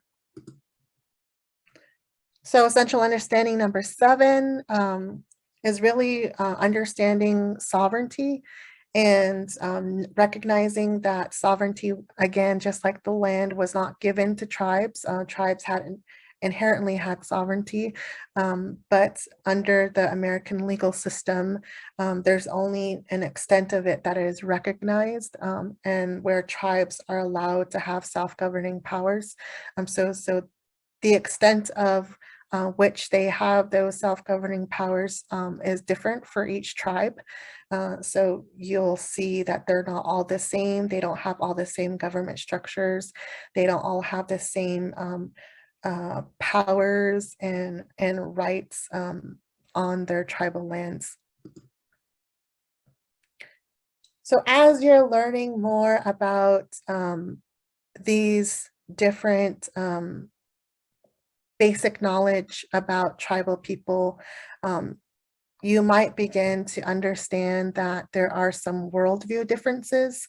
So as you're gaining your basic knowledge, and as you are growing in your knowledge about American Indians and Alaska Natives, you may begin to see that how you view the world may be different from how they may view the world. And so some of the examples of this are maybe in how you view the universe. So for some tribal peoples, they view the universe as interdependent and relying on the maintenance of harmony, balance, and respect for all animate and inanimate things. So in Western perspectives, a lot of times inanimate things aren't really viewed as the same as animate things, and so they may be seen as less than. And then another example is with elders. Some tribal peoples really revere and respect their elders as well as children, and they hold them up to high esteem. You may even find, like, for example, that a Native person will not put their parents in a nursing home. So things like that, that is just may be more acceptable and common in the dominant culture may not be as viewed similarly in tribal cultures. And one of the big things is also, like the relationship with time. Sometimes people call it Indian time, but it's really, it's not really that meaning the stereotype of like of Native people always being late to meetings or to events or starting their events late, but it's actually the belief that things will happen when they happen, and really valuing relationships and people, and versus trying to have control over the time, and making sure that things are done exactly on time. So these are some of the things that you may find different than how you were raised or what you believe or what you're comfortable with. So as you gain more knowledge, you'll just kind of learn some of these things and how they're how individual American Indians view these things, but also how, culturally, as cultural groups, different tribes may view these things. And these are just some resources that may be helpful to you as you increase your knowledge and understanding of tribes. I would try my best to look for resources that come directly from tribes. So there are tribal colleges, there are tribal governments that have websites there, and then, when possible, of course, learning from individuals like tribal government officials and departments, learning from elders. So really just kind of looking at different types of resources, both people and those that are written down. So besides building literacy, another area that I think is really important when you're working with tribal communities is relationships. So relationships are highly valued with tribal people and tribal communities. And when it comes to building a relationship with non-Native people, it's really important for us to have to seek relationships with people who will be allies with us. And anytime that, especially professionally, anytime that people want to work with us or with tribal communities, there really has to be this understanding of the intent of that person, the motivation of that person in wanting to work with you and wanting to work with your community. So knowing that they do really care about your well-being, and that they don't have ulterior motives or other things that are really the reason why they're reaching out to you and trying to form relationships with you. And it's really important that with these relationships, we focus on them being sustainable over time. So avoiding those transactional type of relationships and making sure that they're mutually beneficial, and that they're reciprocal. So that's what we'll try to focus on when we're building relationships with tribes and tribal people.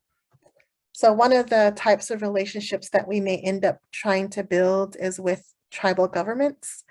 So when we're doing this, it's really important for us to honor and recognize sovereignty.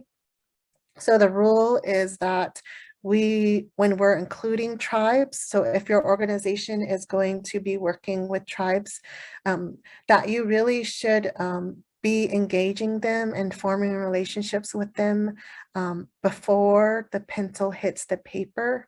So, and not when it's time to sign the ink.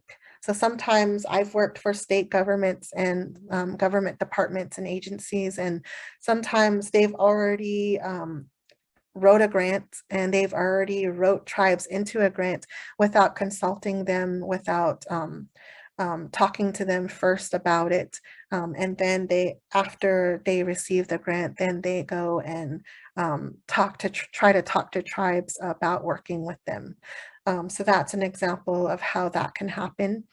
And then, so these are just some tips, try to include them early in the process and invite them all the time so that, one of the things that's common in education, and that's my background, is right now, in education, tribal consultation is a requirement for school districts. And so whenever school districts that receive funding for American Indians and Alaska Natives, but it's only required once a year. And so sometimes those may not go very well because tribes don't want to just be included in a tokenized way or because you're forced to. They want to work alongside you and they want to continually be invited. And then any time that you are building relationships and you do find yourself wanting to support them or meet a need that they have or provide a service, that you follow up, especially if you say you're going to do something, meet with them regularly and then just ask them how best to work together if you're really not sure what is the best way to work with their government, to work with their leaders, or to work with their different agencies and different offices. And just make sure that anytime you do set aside time to work with them, that whether it's a meeting or anything else like that, that it really has value to them and their time and their effort, and especially their expense. One of the things that may be common with tribal communities that you work with is just the poverty level in those communities and the low employment rates. And so recognizing that if you're asking them to meet you, maybe it's like 2 hours away from their reservation, that they're actually making a big commitment by spending that funding, using that gas money to even go and meet with you. So just keeping into consideration some of those things of just how, what we were asking of them. So not just tribal governments, but also the community. Do your best to be in the community and to be seen by people in the community. The more that they see you, the more that they know that you're making an effort to build a relationship with them and to get to know them. So these are just some examples of some events that may be common for the tribes in your area that you might find them at, and that you might learn more about tribal issues and especially contemporary issues that you may not learn in a book. And then of course, there's just that one-on-one relationship building. I know this is hard for some people. It's hard for me, like, to remember people's names. But sometimes, tribal peoples may have names that are not common in Western culture. And so it may take a little bit more effort for us to learn their name. And also, learn what tribe they're from, that maybe they belong to. And then just, asking about their well-being, asking about their family, that really takes it from being something transactional and something that where you're trying to get something out of that relationship, versus like you really showing that you care and that sincerity, that you want to get to know them and their family, and who they are. And then share something about yourself too. I know sometimes in a professional, if you're in a professional role, that can be uncomfortable. We are taught in Western culture, a certain way. There are certain ways that you do things in order to be a professional. But in tribal communities, it's really important for them to get to know you as a person beyond just the role that you serve. And then again, we mentioned, if you promise something, get it done, and just being your authentic self, because you're going to make mistakes. We all make mistakes whenever we're trying to engage in somebody in a culture that is foreign to us, that we don't know a lot about. And so just just try to be authentic, try to, if you don't know that much, it's okay to acknowledge that and not pretend that you do know more. So those are just some of the things that may be helpful when you're building one-on-one relationships. And then just ask questions. These are some tips for asking questions. Sometimes it can be difficult. I know in some of the tribal cultures I worked in my own tribal culture, asking too many questions can be difficult, especially like if you are trying to learn everything from a person versus trying to do your own, try to find some things out for yourself. Sometimes people tend to rely on that one Native person that they know, or their colleague that is Native, or and so just being careful about maybe people that you're asking might be sensitive to that. But then there are people that are open to you asking questions. And so some of the questions you might ask is like, how do things work best? Instead of just, assuming that, you know how to do community engagement, or how to do X, Y, and Z. And so just doing it how you think is the best way to do it. Just asking them, like, what would be the best way to do this? Asking open-ended questions, presenting yourself in a sincere and kind way, listening when they do respond to you or when they don't want to answer your questions. And then, one of the important things is sometimes when we're getting to know and building relationships with tribal peoples or in tribal communities, we tend to just want to, set aside that 1 hour and just go, and spend that 1 hour and then move on with the rest of your day. But that's not always going to be the case, especially if you're asking something of them, to keep in mind that it may take some time for them to answer you. And, they may want to talk to you longer than what you've scheduled them for.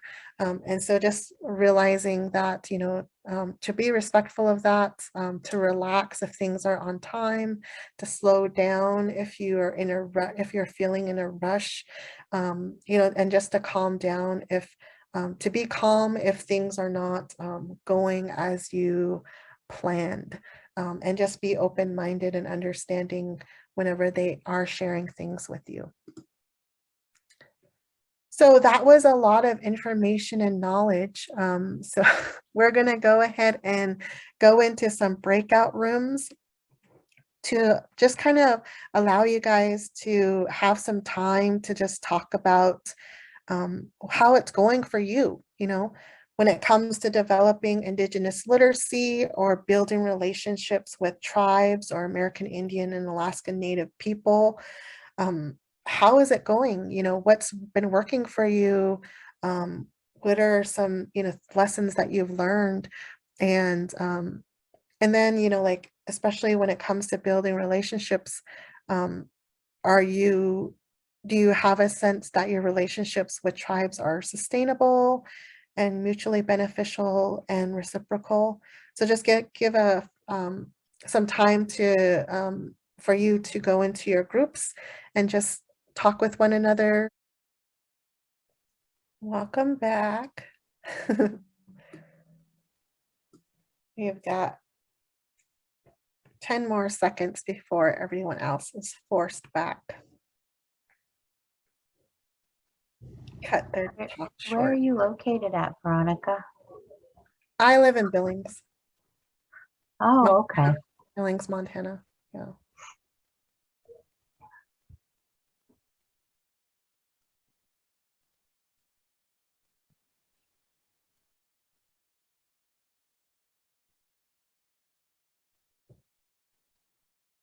Okay, I think everyone is back now.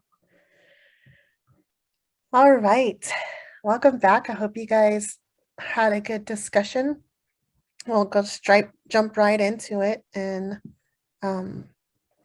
as I pull up the document, if there's a group that wants to go first.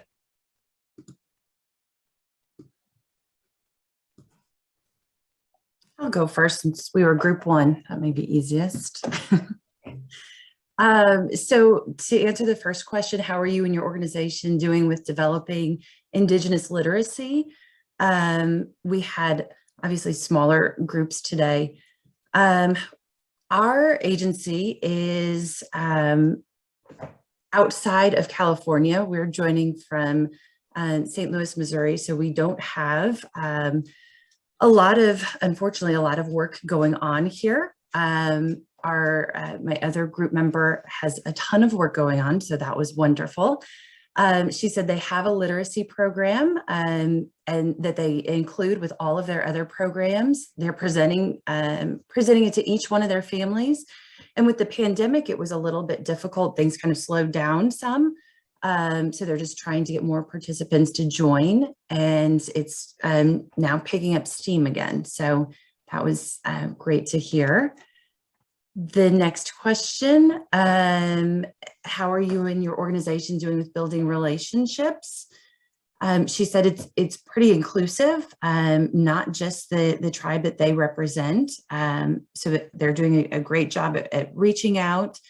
They've got language classes and she's working specifically on a presentation for the history of her tribe so everyone can learn more. So just trying to reach out and share information with everybody.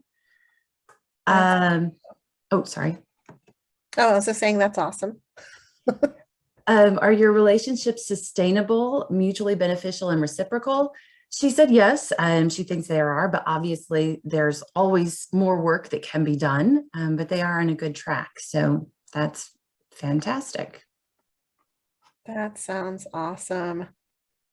What about group 2?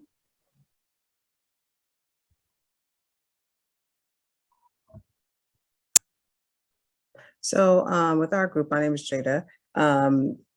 We talked about one being that I am from the same organization as Melanie, who just spoke, and so we are in that process of developing that literacy based on possibly working with an Indigenous tribe. And some of my other group members have worked with, I believe, the Bakersfield, please correct me if I'm wrong, American Indian Health Project. Right. And so that youth program has linked youth to referrals in the community. It spoke about differences with natives, and then there were different community programs that hosted and explored various food, clothing, and culture. And the Yurok tribe had pamphlets that use their own language. And they also had a literacy program for individuals in the community who were interested in learning more. As far as the second question, the hope is to be able to collaborate with the community in the future, the Bakersfield American Indian Health Project that I mentioned before. And then someone also mentioned that based off of her life experience and being in that area, she had not seen a lot of tribes working with one another to present and to share some of their customs and things like that, and was hoping that that's something that possibly could be done where they collaborated and kind of shared some of their customs. And let me see, I think that's where we stopped. Anyone in group 2, if I missed anything or is incorrect, please let me know and share. That's great. I know that's something that can sometimes happen, not a lot of intertribal work happening. So that is definitely a reality in some places. Thank you for sharing that. I think we have group 3. Hello, it's Kathleen. Oh. Hi. So we had a super productive discussion. So we started off with the first question, and I some members of the group said, you know, that needs are more well integrated within the reservation, but more difficult outside of the reservation, building the relationships with people outside the reservation. And then we had an awesome discussion. We got on the topic about like building relationships with tribes, and then building relationships as the tribe with the outside government. And we were talking about the difference between in one county, Humboldt, how like Eureka is much more willing to communicate and get the projects done with the tribes than Reading, I believe, was the other town. And we were really talking about the difficulties of the students in getting respectful time off from their schoolwork in order to attend tribal gatherings. And I asked some questions about that. I don't have any kids, but I have nephews, and I've seen the nephews when they go outside of the school, they have to like take this project and they have to take pictures every day, and they have to like do their homework even though they're outside of the school. You know what I mean? Like they're allowed to take time off, but they still have to make the work up. And this is when my nephews are going to Disneyland. So I was really surprised that when an American Indian child goes to have a religious ceremony and a tribal ceremony, they have to do the same thing. Like religion is not respected as much as the Christian children. Like in my background, I'm Christian. So when I took the Christmas vacation off of school and the Easter vacation, I didn't have to make up work. I didn't have to do any assignments. I was allowed to have my time to practice my religion without having to, quote, make stuff up for school in assignments. And I think that's somewhere where the California government needs to, and the school districts need to step up and give them the equal respect that they deserve for practicing their religion and their culture, the American Indians, than with, the Christian kids that are in school anyways. So thank you very much. These were very good questions. Well, that's a great example of just how to think about, some of the, if your organization, through your policies, through your practices, how that may be impacting the relationship that you have with tribal communities, right? And you're talking about them being able to be afforded the same rights and the same treatment that others would be. Did you have your hand up? Yeah, and specifically, the most powerful thing I heard was that for the tribe asks their members to put your phones away.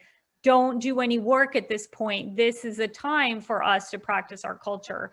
And so the school district is running right, against that and saying like, no, they need to, it's interacting. Are you going to give the child what the school needs or what the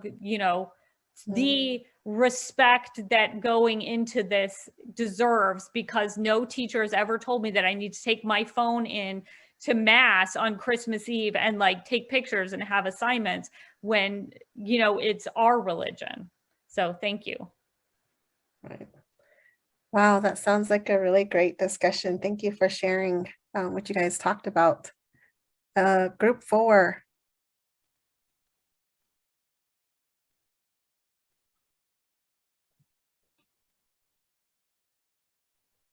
Oh, sorry, I can share.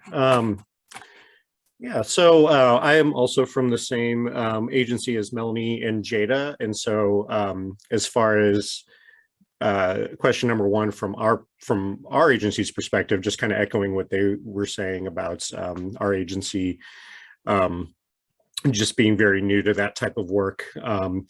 But other members of our group work for literally as an ICWA social worker for a tribe. And are working on growth and development and having a greater understanding of cultural awareness and sort of just like even norms on sort of a micro scale. Like we talked about how for some tribes even sort of offering a handshake is not considered like a form of greeting. It could be taken like the wrong way. And so just trying to be aware and open-minded to like learning as much as we can about all those different things.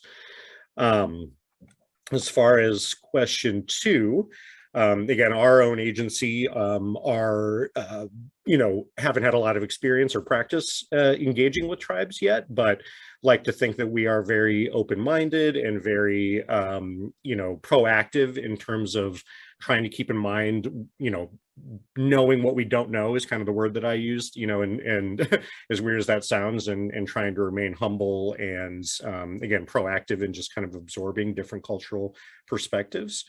And the others in my group, kind of shared those sentiments, and especially our group member who is a social worker within a tribe, being aware of the differences amongst different tribes that she's working with in her area, and to be able to meet all the families kind of where they are in their environment, right? And then as far as number 3, again, with my personal agency being so new to this type of stuff, haven't had a chance to forge a lot of those relationships per se, but hoping that we get to the point where relationships are sustainable, beneficial, and reciprocal.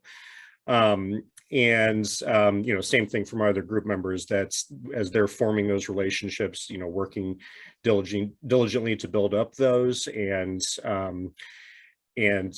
just being willing to be flexible and make changes to the approach as far as, within these relationships.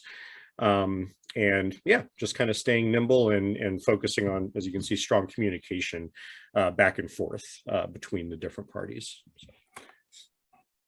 Yeah, definitely. I've worked in my own community as well as in another tribal community, in other tribal communities. So that's definitely, strong communication is so important, even if you've made those initial relationships with where you're getting to know one another. And even if you've been working with them for so long, it's still important to make sure that you keep up with strong communication, because sometimes that can fall to the wayside. So that's a really great point.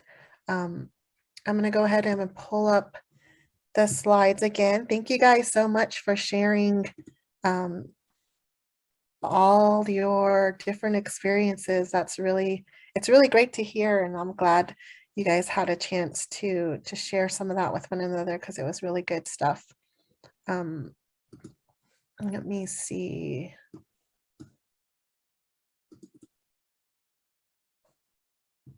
All right. So we've talked about developing Indigenous literacy, and we also talked about building relationships. So when you're getting to that point where you are getting into just some of those shared goals, some of those ways that you can support tribes and help families, one of the areas that you may find yourself wanting to focus on, and that can be helpful to just working with tribes, is really promoting healing and resilience. We talked about the impact that historical trauma has had on tribal communities and on racial trauma, and how that's had affected and continues to affect tribal people. And so you may find that some of the goals of tribes and tribal people is to focus on healing from that. And but that's not the only part of our story. And I think that's something that comes to like stereotypes is, a lot of times all that people know about tribal peoples is that, the mass genocide that they've been through, and attempted genocide, and then how that's been our story, and so sometimes people may not even know that American Indians still exist today. But one of the ways to help with healing is to depathologize historical trauma. So depathologizing meaning that not treating it as a medical disorder, that there's really holistic approaches to addressing historical trauma and making sure that it doesn't get passed on to the next generation. And that's really important, important to tribes to be able to address that. And also just shifting the narrative to realizing that there's a lot of strengths in tribal communities. There is a lot of trauma that happens, but there's also a lot of strengths, especially within the culture. And as you get to know more and more tribal cultures, you'll just see the richness, the strength and the beauty in them. And you'll see why tribal peoples are so really resilient, because of their cultures. And just remembering that, you know, we're doing this for future generations. So in your role, in your job, in your organization, it may be difficult, you know, when you're working with tribes. You may get frustrated. It may be hard to see some of the change happen, but just remembering that what we're doing, we may not see the results of right away, but they are, it is for future generations, so that, you know, our descendants have better relationships with one another, so that future Native children can, don't have to carry the burden of historical trauma. And then just taking a generational perspective. So what that means, we often talk about like having a trauma lens, and that's really understanding individuals and communities through the lens of how trauma can be the reason why we see certain behaviors, or why we see a high level of disparities or health and well-being issues. But that's also the case for historical trauma. So really, the, you know, the some of the struggles that you may see in individual Native people going through, or even their families, or even you may see the whole community going through. Maybe you see like high poverty rates, or maybe you're trying to work with Native people individually, and some people are just very hostile towards you. So really understanding where some of that comes from, putting on that historical trauma lens, seeing some of the things that, like addiction, the high rates of addiction, the high suicidality rates, some of these negative things that are happening in tribal communities, realizing that the root of a lot of it is historical trauma. And so that's important, so that especially when we have these stereotypes of just, you know, like sometimes people may look at Native people and just think that they're just alcoholics. They may think that, you know, why don't they just, you know, get a job, kind of thing, may have some of those views of Native people. But when we understand other cultures and what their experience has been, you know, we may have a better sense of them and why things are happening, what they're experiencing and what they're going through. And so that can help us to be more understanding. And then with that focus on strengths, really doing what you can to come alongside tribes as they're working to heal, to help with building resilience. You know, resilience can erode, even, you know, people are born with certain degrees of resilience, but it can erode, but it can also be built up. And so one of the ways that tribal peoples have been able to do that is just through some of the distinctiveness of who we are as a people, like our humor. You know, tribes have really great humor, and you know, that's one of our strong areas. We have a lot of empathy. We have a lot of family and community ties. So there's just all these things that exist in our tribal communities that we can turn to and utilize to build up resilience in whoever it is that we're working with, whether it's children, whether it's families. And then one of the ways to heal of healing and building resilience is through culture. So anytime that your organization can get behind this process of enculturation, where we're reintroducing our tribal peoples to their culture and their cultural ways, meaning as was described earlier, it could mean that you, in your policies, you are valuing tribal cultures and their beliefs and traditional ways as much as you're valuing other types of beliefs and ways.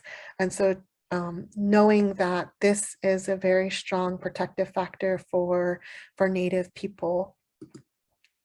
And these are just some other culturally based protective factors that you can be a part of strengthening, whether it's through your own programming or just being a partner to tribes, strengthening people's connection to their community, strengthening their sense of identity, really teaching the values and beliefs and modeling those, and teaching skills and talents.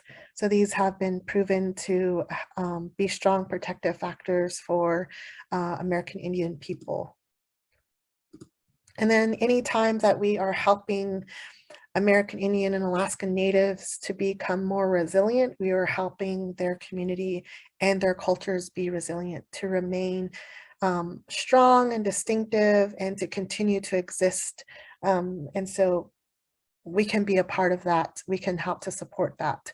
However, that the tribes and tribal peoples, whatever their goals are in making this happen, we can come alongside and support that. And then another area is just healthy identity. You know, a person who has healthy identity has identifies as a member of a racial or ethnic group, has positive attitudes toward being part of that group. So Native people thinking positively about being Native, having a balanced view of both the positives and negatives that may be associated with that. So they may experience racism and discrimination, being able to cope with that when that happens, and maybe interacting with other types of groups, not just Native people, and just accepting, being accepting of others from other groups, and having positive views of them. There's another handout that we're going to share with you that really talks about the stages of development, and that really helps to build up healthy identity. So you can look at some of those things at different ages where you can support, whether it's adults that you work with or children, you can support their healthy identity development. But these are just some building blocks. Exploration is having opportunities to learn about different aspects of ourselves that enables us to better define and develop a stronger and healthier sense of identity. So these aspects may include knowledge of our ethnic heritage, birth, family, religion.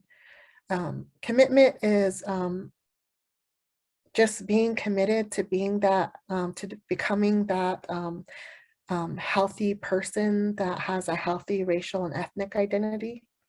And then promoting racial and ethnic pride. This is when people have opportunities to learn about customs, traditions, history, and the experiences of others from their own racial and ethnic groups.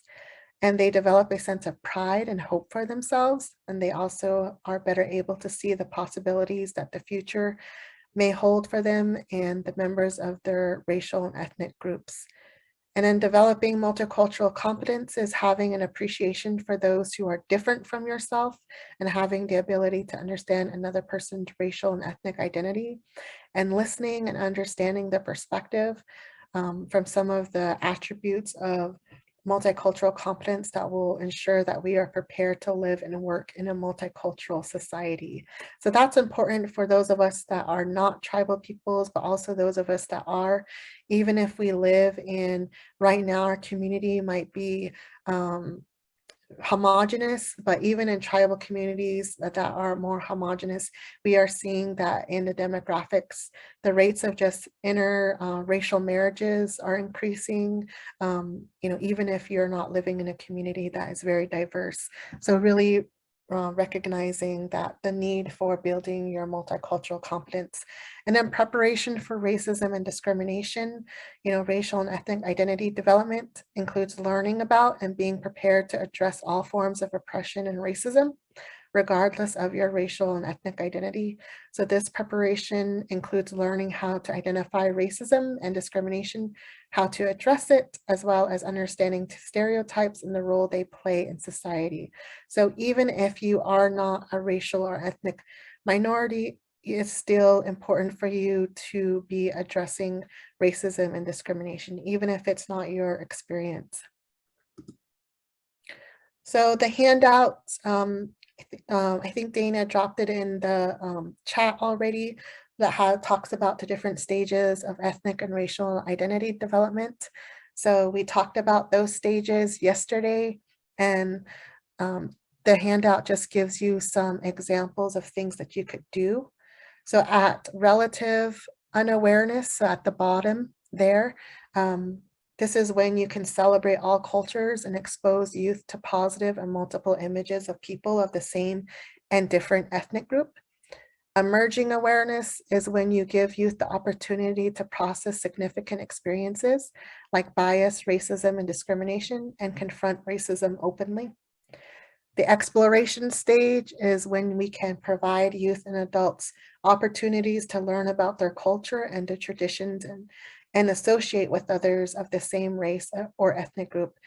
So this may be like one example that you can, is like when you send children to a culture camp, or when your program or organization hosts a culture camp, where children are able to really deep dive into their culture and learn more about who they are. Commitment, this commitment stage is when you just continue to support and guide adults and youth, and just use any teachable moment that comes up, any type of current events that are happening, anything that comes up with their personal experiences regarding race and ethnicity. So these are some things you can do. And then just transform your practice. So really focus in on your business as usual and transforming it. So take the initiative to bring up the issue of race and ethnicity as important and valuable when you're working with your clients and your families, and demonstrate openness to discussing race and ethnicity, as well as your willingness to listen to what your clients and your families may want to share, or whatever questions they may have. And be prepared that your client or families may ask you questions about your own race and ethnicity. Think through your responses ahead of time. It can help you have genuine conversations, especially if you're asking them questions related to their race and ethnicity. We should be open to also answering others and their questions. And then be open to the possibility that your clients and families may just want to think about things instead of immediately jumping into a dialogue or listening to a lecture on, racism. When a client or patient or client or family reports that racial and ethnic identity issues don't apply to him or her, or just accept that they are in this process, and maybe just put an earmark there for a future conversation that you could have. And then make sure that conversations around race and ethnicity are not limited to a single event or something that only gets discussed every 6 months or so. Look for opportunities to check in with your clients and with your families around issues of racial and ethnic identity, and take advantage of all those teachable moments.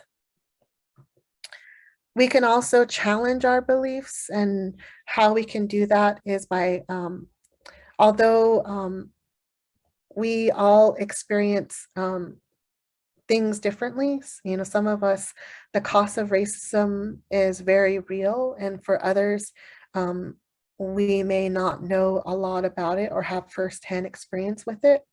So to truly be open to counting the personal cost of racism, discrimination, prejudices, stereotypes, and oppression to others as well as yourself can be difficult, but also be an enlightening thing for you. Feelings such as guilt, fear, anger, sadness may come along with feelings of hope, commitment, and motivation to change both personal and societal beliefs and behaviors, and pushing back our resistance to recognizing those costs and being willing to open our eyes, heart, and minds to them. And then each of us carries within us a set of beliefs, stereotypes, and biases about others that are based on our personal identities and experiences. It is through these beliefs, stereotypes, and biases that we view others and make assumptions that impact our thoughts, feelings, and behaviors. And then throughout this journey, you may have found new levels of comfort and or discomfort around talking about race and ethnic identity development. So being uncomfortable is part of the process. New experiences, even ones that are welcome and anticipated, like starting a new relationship or beginning a new job, bring levels of discomfort, and this discomfort must be worked through in order to achieve a deeper understanding and awareness of ourselves and how we relate to others. So we shouldn't be focused on trying to eliminate those feelings, staying in touch with your comfort level and being willing to stretch and progress beyond what you may be comfortable with is also important. And then once a person has been presented with new information and perspectives, especially ones as challenging and thought-provoking as those around race and ethnicity, we have a choice. We can choose to ignore what we've learned or heard and go about as business as usual, or we can try to integrate the new information that we're getting and the perspectives that we're hearing. And integration isn't going to be easy. And creating change isn't going to be easy. It may feel unsettling. So thinking through and making a choice regarding your commitment to this process and to your own identity development is really going to be important for you as you continue on this journey beyond this training. So this is a self-reflection that you can do after this training, and it's basically just giving yourself a chance to think through some of the information that we've heard about racial and ethnic identity development and about how we see others.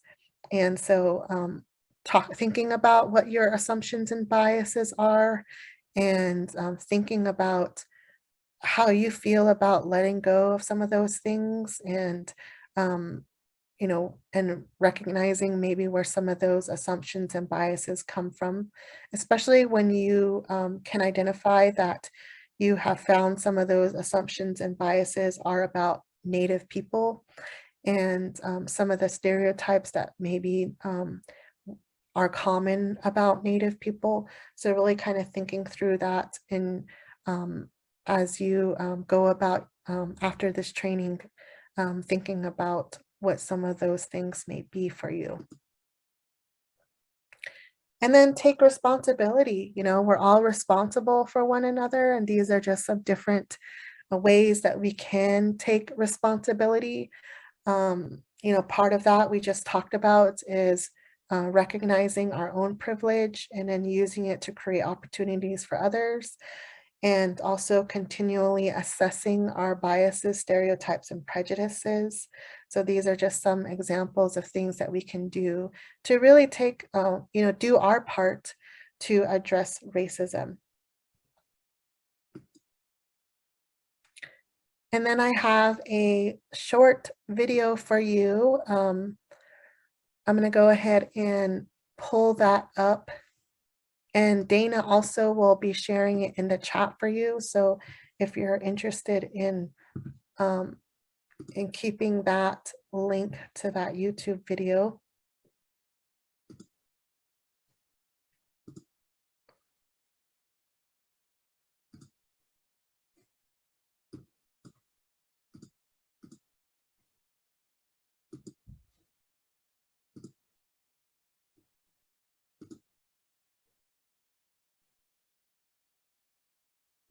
Oh, so we're gonna give a tool to conflict resolution right now, impact versus intent. Impact and intent is when somebody says something that's offensive to the person who heard it, but the person who said it didn't say it maliciously. So let's give an example. If somebody was to walk up and try to like touch my hair and say, "Oh, it's so beautiful." Boom. The moment they touch your hair, there's an impact there. So that impact for me is feeling like you violated my personal space. You took away my like autonomy, my authority. You took away my sense of person, like my ownership of self. And then if I was to be like, whoa, I'm hard, whoa, you harmed me. Person be like, whoa, they get defensive. Like, I didn't mean to like do that. I was just trying to say how beautiful your hair was. Okay, I hear your intent, but first there was a huge impact because you violated my personal space.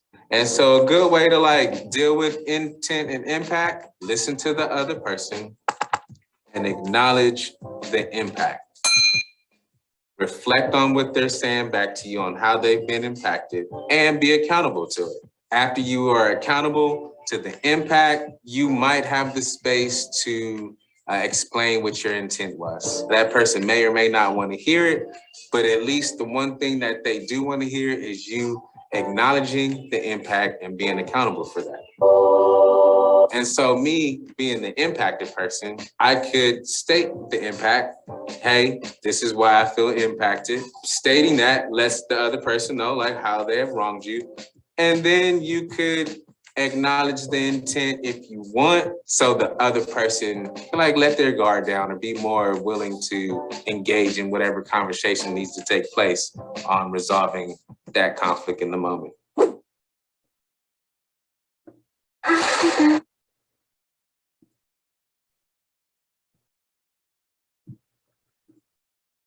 All right. So that's just another example of taking responsibility. You know, yesterday we talked about microaggressions and unconscious bias. So we may do things that are unintentionally harm someone, right? And the best way to really build relationships with those that come from a different culture or come from a different race or ethnicity is to acknowledge any time that we have an impact on them, especially when they tell us that we have had an impact on them, and acknowledging that even if we didn't intend to harm them. So that's just another example of taking responsibility. And then it's up to us to have courageous conversations. So it's going to be hard anytime to talk about race and ethnicity and to talk about any time that we've harmed someone or anytime we've offended someone, you know, because we come from different worldviews or we have privilege and we don't recognize that sometimes. And so just being able to have those courageous conversations. And when we do have them, you know, they're courageous because we're willing to stay engaged in them, even if, you know, we don't like what we're hearing, you know, even if it makes us feel uncomfortable. So it might be hard for us to stay engaged. And then, you know, just to be authentic by speaking our truth, you know, what was true for us and what we see and view and our perspective on what is true for us. So speaking our truth honors our experience and helps us to get it to a place where our genuine thoughts can be shared and difficult questions can be asked. And then, you know, experiencing that discomfort is just going to be part of it. You know, we've talked about that anger, that guilt, that confusion that we may feel when we're talking about racism. And it just makes us want to just, you know, stop those conversations.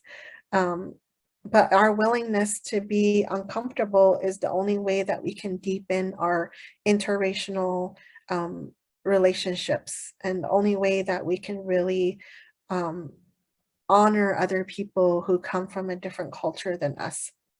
And then just expect and accept non-closure. So even if you're having these difficult conversations, you may not have closure, there may not be some type of resolution. And that's just part of the learning, that's just part of what can happen. And so accepting that and knowing that that can happen sometimes, and just taking advantage of any opportunities. We talked about those teachable moments, but you know, when you can have these types of conversations, courageous conversations, and it really comes after you've built some foundational relationships with people. So these are just some reasons why we might not want to talk about it. And maybe you have some of these reasons. You know, maybe you're afraid of offending someone. Maybe you feel like, you know, especially, you know, you may think like it won't change anything. You know, how does this help address racism if I'm just talking about it? But it is one of those things that has a big stigma around it, and is something that in our society we try to avoid. So we are doing something whenever we are making a change, whenever we're willing to talk about it. And then just ask questions. You know, we talked about asking, you know, Indigenous people questions and how to do that.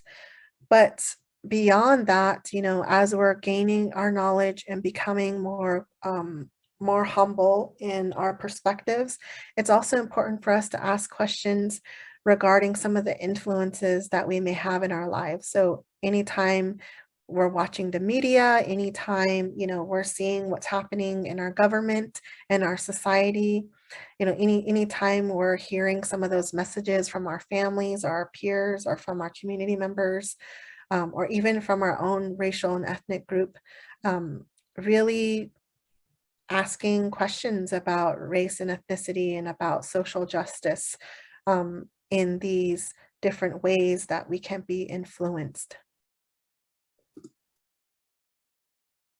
So we're going to go into another breakout room, and we've talked about how we can, beyond building our Indigenous literacy and building relationships, we can also be promoting healing and resilience, and we can be supporting healthy identity development, and then ways that we can be addressing racism.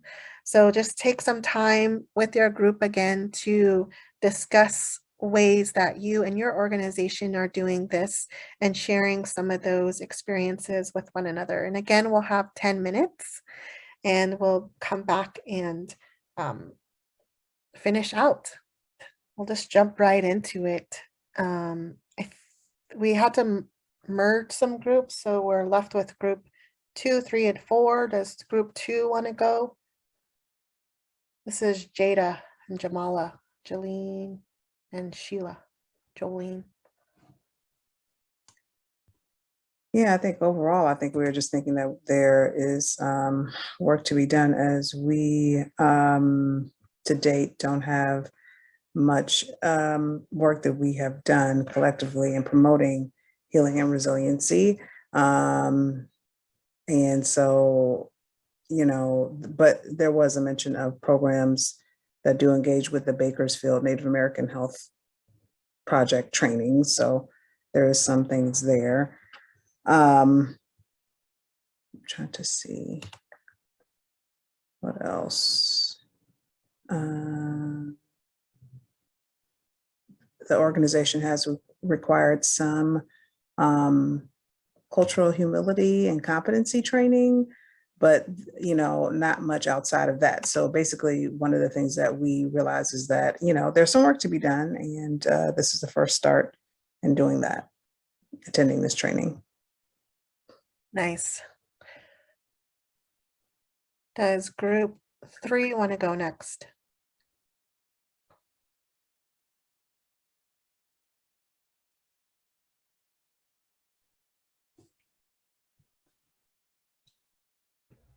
Is that us? Am I group 3? Is it? Am I Veronica, Kathleen, and Casey? Sure. Okay. All right. Hi. I don't know. I was just like, oh, they'll call our group next. And then I thought it's probably me. I concur with group 2. Like this is kind of like a roadmap of, we were excited by these questions because it's something that we can implement going forward. We talked about, there is a program, I think it was Casey's, like Humboldt County has online resiliency training from a American Indian perspective, not necessarily a certain tribe, like it could be from several resources. And that is put forth social media, it's sent to the emails of the tribe members, and then the community, the public is able to come and take that training as well. So we like that. And then she always comes up with the good stuff. She should unmute. She's the lady with the beautiful baskets. If you, and correct me if I'm wrong, if you don't recognize what you're doing from like this whole school district, we're still on the school district thing. If you don't recognize the colonization, then like you are still colonizing.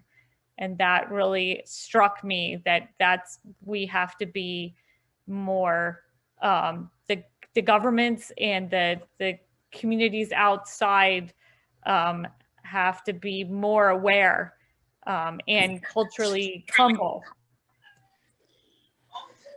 Yeah, thanks for adding that little bit, because at first I thought I was sounding a little bit like an extremist. No, but it's true. Yeah, just recognizing that how deep that colonization runs within all of our programs, regardless if we're on the reservation or off. Absolutely. Well, thank you guys for sharing. We'll go to group 4. For us, we talked about how a couple of our agencies are still working on developing their tools for promoting and healing resilience, and are excited on where their organizations are going with that. And then also one of the group members currently works with a tribe who is promoting healing and resilience within its tribe for its members, and has done that by starting a suicide prevention program for its youth, in addition to a domestic violence program for its members if there are concerns of domestic violence. So those were some of the things that we talked about for number 1. Nice.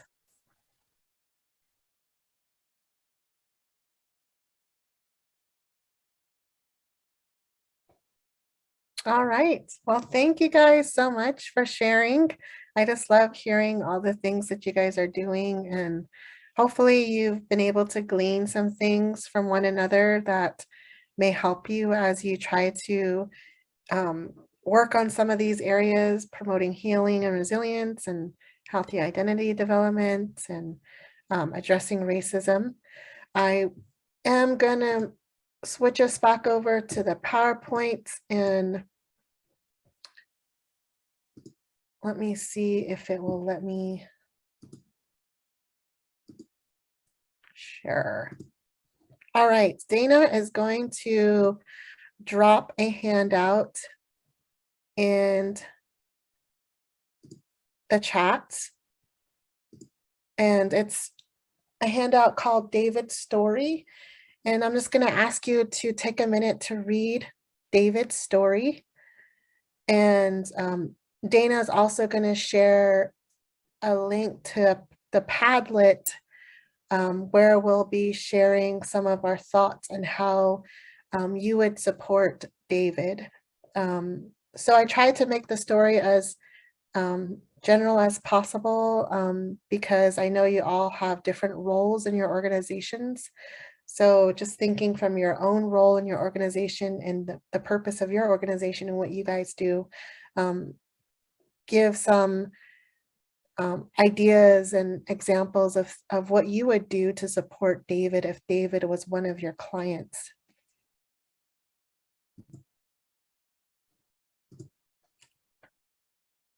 All right, Dana has both the story and the Padlet link in the chat. So I'm going to go ahead and bring up the Padlet and we'll wait for some of your responses to come in.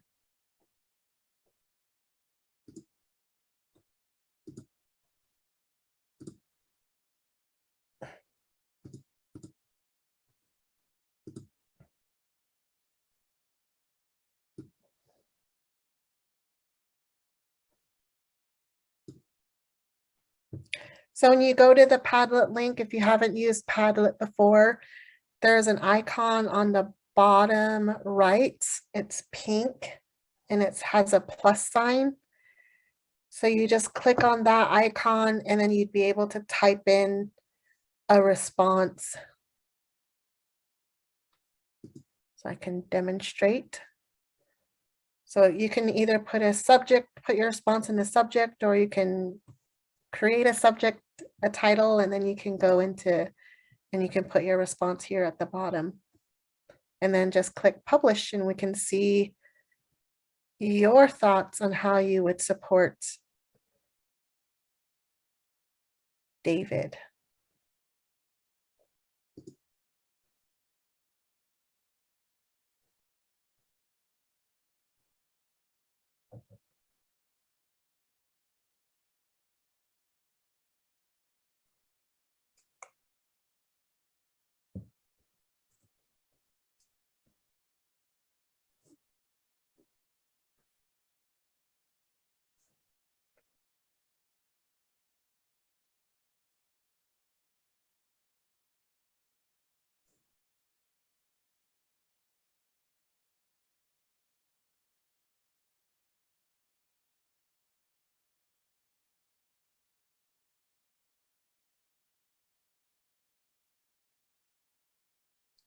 All right, it looks like I got some more folks.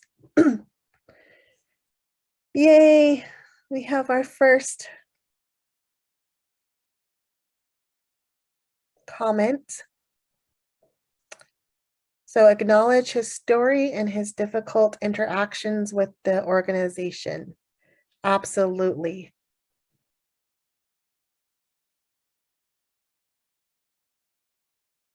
Because it's clear from the story that it hasn't been so great for him. And he feels like they've been dismissed.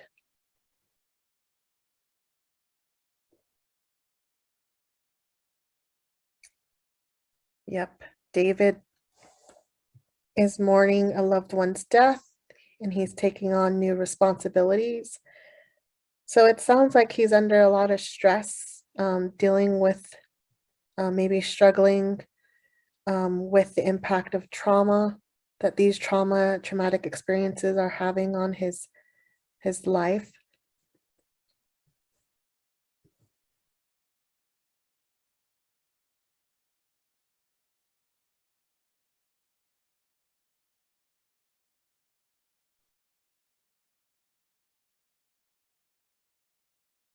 Maybe think about your own organization. If David was having this experience with your own organization, what would you do, or how would you want to support him? Find out if there are any natural or community supports that can assist. Absolutely. See if someone who is connected to his culture can be a guide or mentor to help him through these difficult times. Yes. It sounds like David might be at a distance from his tribal community. So it would be helpful if he could find some resources closer to him. ask David what he needs and listen, offer a different worker. Sometimes we might have to do that, right?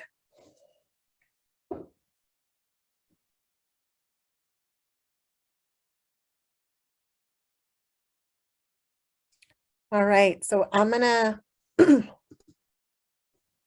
we have a minute left, so I'm gonna go back to our slides and share, close us out. But it was good to see some of your responses, and you guys can continue to look at that Padlet to see what people were able to share.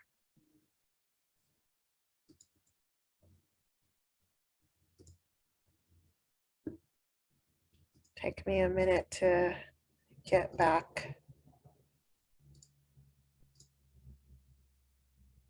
So just to close us out, there are some things that I want to leave you guys with. And it's really about just coming back to this whole idea of cultural humility. And hopefully you've heard some strategies that may be helpful in understanding what it means to put cultural humility into practice. So one of the key things about this way of doing our work is that it's really important for us to be genuine, to have a genuine interest in cultural perspectives, as it may have an impact on the quality of service and interaction that you have with tribal people. And then continue to examine your own worldview and how that affects the service you provide. So cultural humility is an ongoing thing. And then be willing to challenge your paradigms. It's all about challenging ourselves and our thinking and our worldviews and perspectives, not to discredit them, but to recognize that the value of other worldviews and other types of paradigms. And then to accept you will always be naive about others' cultures and to embrace the not knowing. So we have limitations. And so being okay with that, and that's where that humility comes from, recognizing that we may be limited in our knowledge, in our experience, and just accepting that and embracing that. And we do have a take-home activity for you as you continue through after this training. What are some things you're going to commit to doing? How are you going to grow in your knowledge and understanding? How are you going to improve in your practice and your relationships? And then if you have any questions, or you're just want to reach out to me for whatever reason, this is my contact information. And as Dana said, we'll be sharing the slides, so you will have that if you ever want to reach out. I'll pass it back over to Dana. Thanks, Veronica. This was a great training, and it was really lovely to see the level of discussion over the last 2 days that everyone had. Thank you so much for joining us. I have dropped a link to the survey in the chat. And again, there is a certificate at the end of that survey. And I would just encourage you all to go out to caltrin.org and take a look at our offerings for January. The lineup for 2022 is both broad and deep, and there's really something for everyone out there right now. If you have any questions, as always, contact us at info@caltrin.org, and we look forward to seeing you again in the new year. Thank you. Thank you all. We'll stand for just another moment or two if you have questions, or if there's anything we can do to be supportive. I did need a little bit of support. This is Casey O'Neill. Ella registered. She does all of our training registrations, and it accidentally registered her instead of me, but she was registering for me. So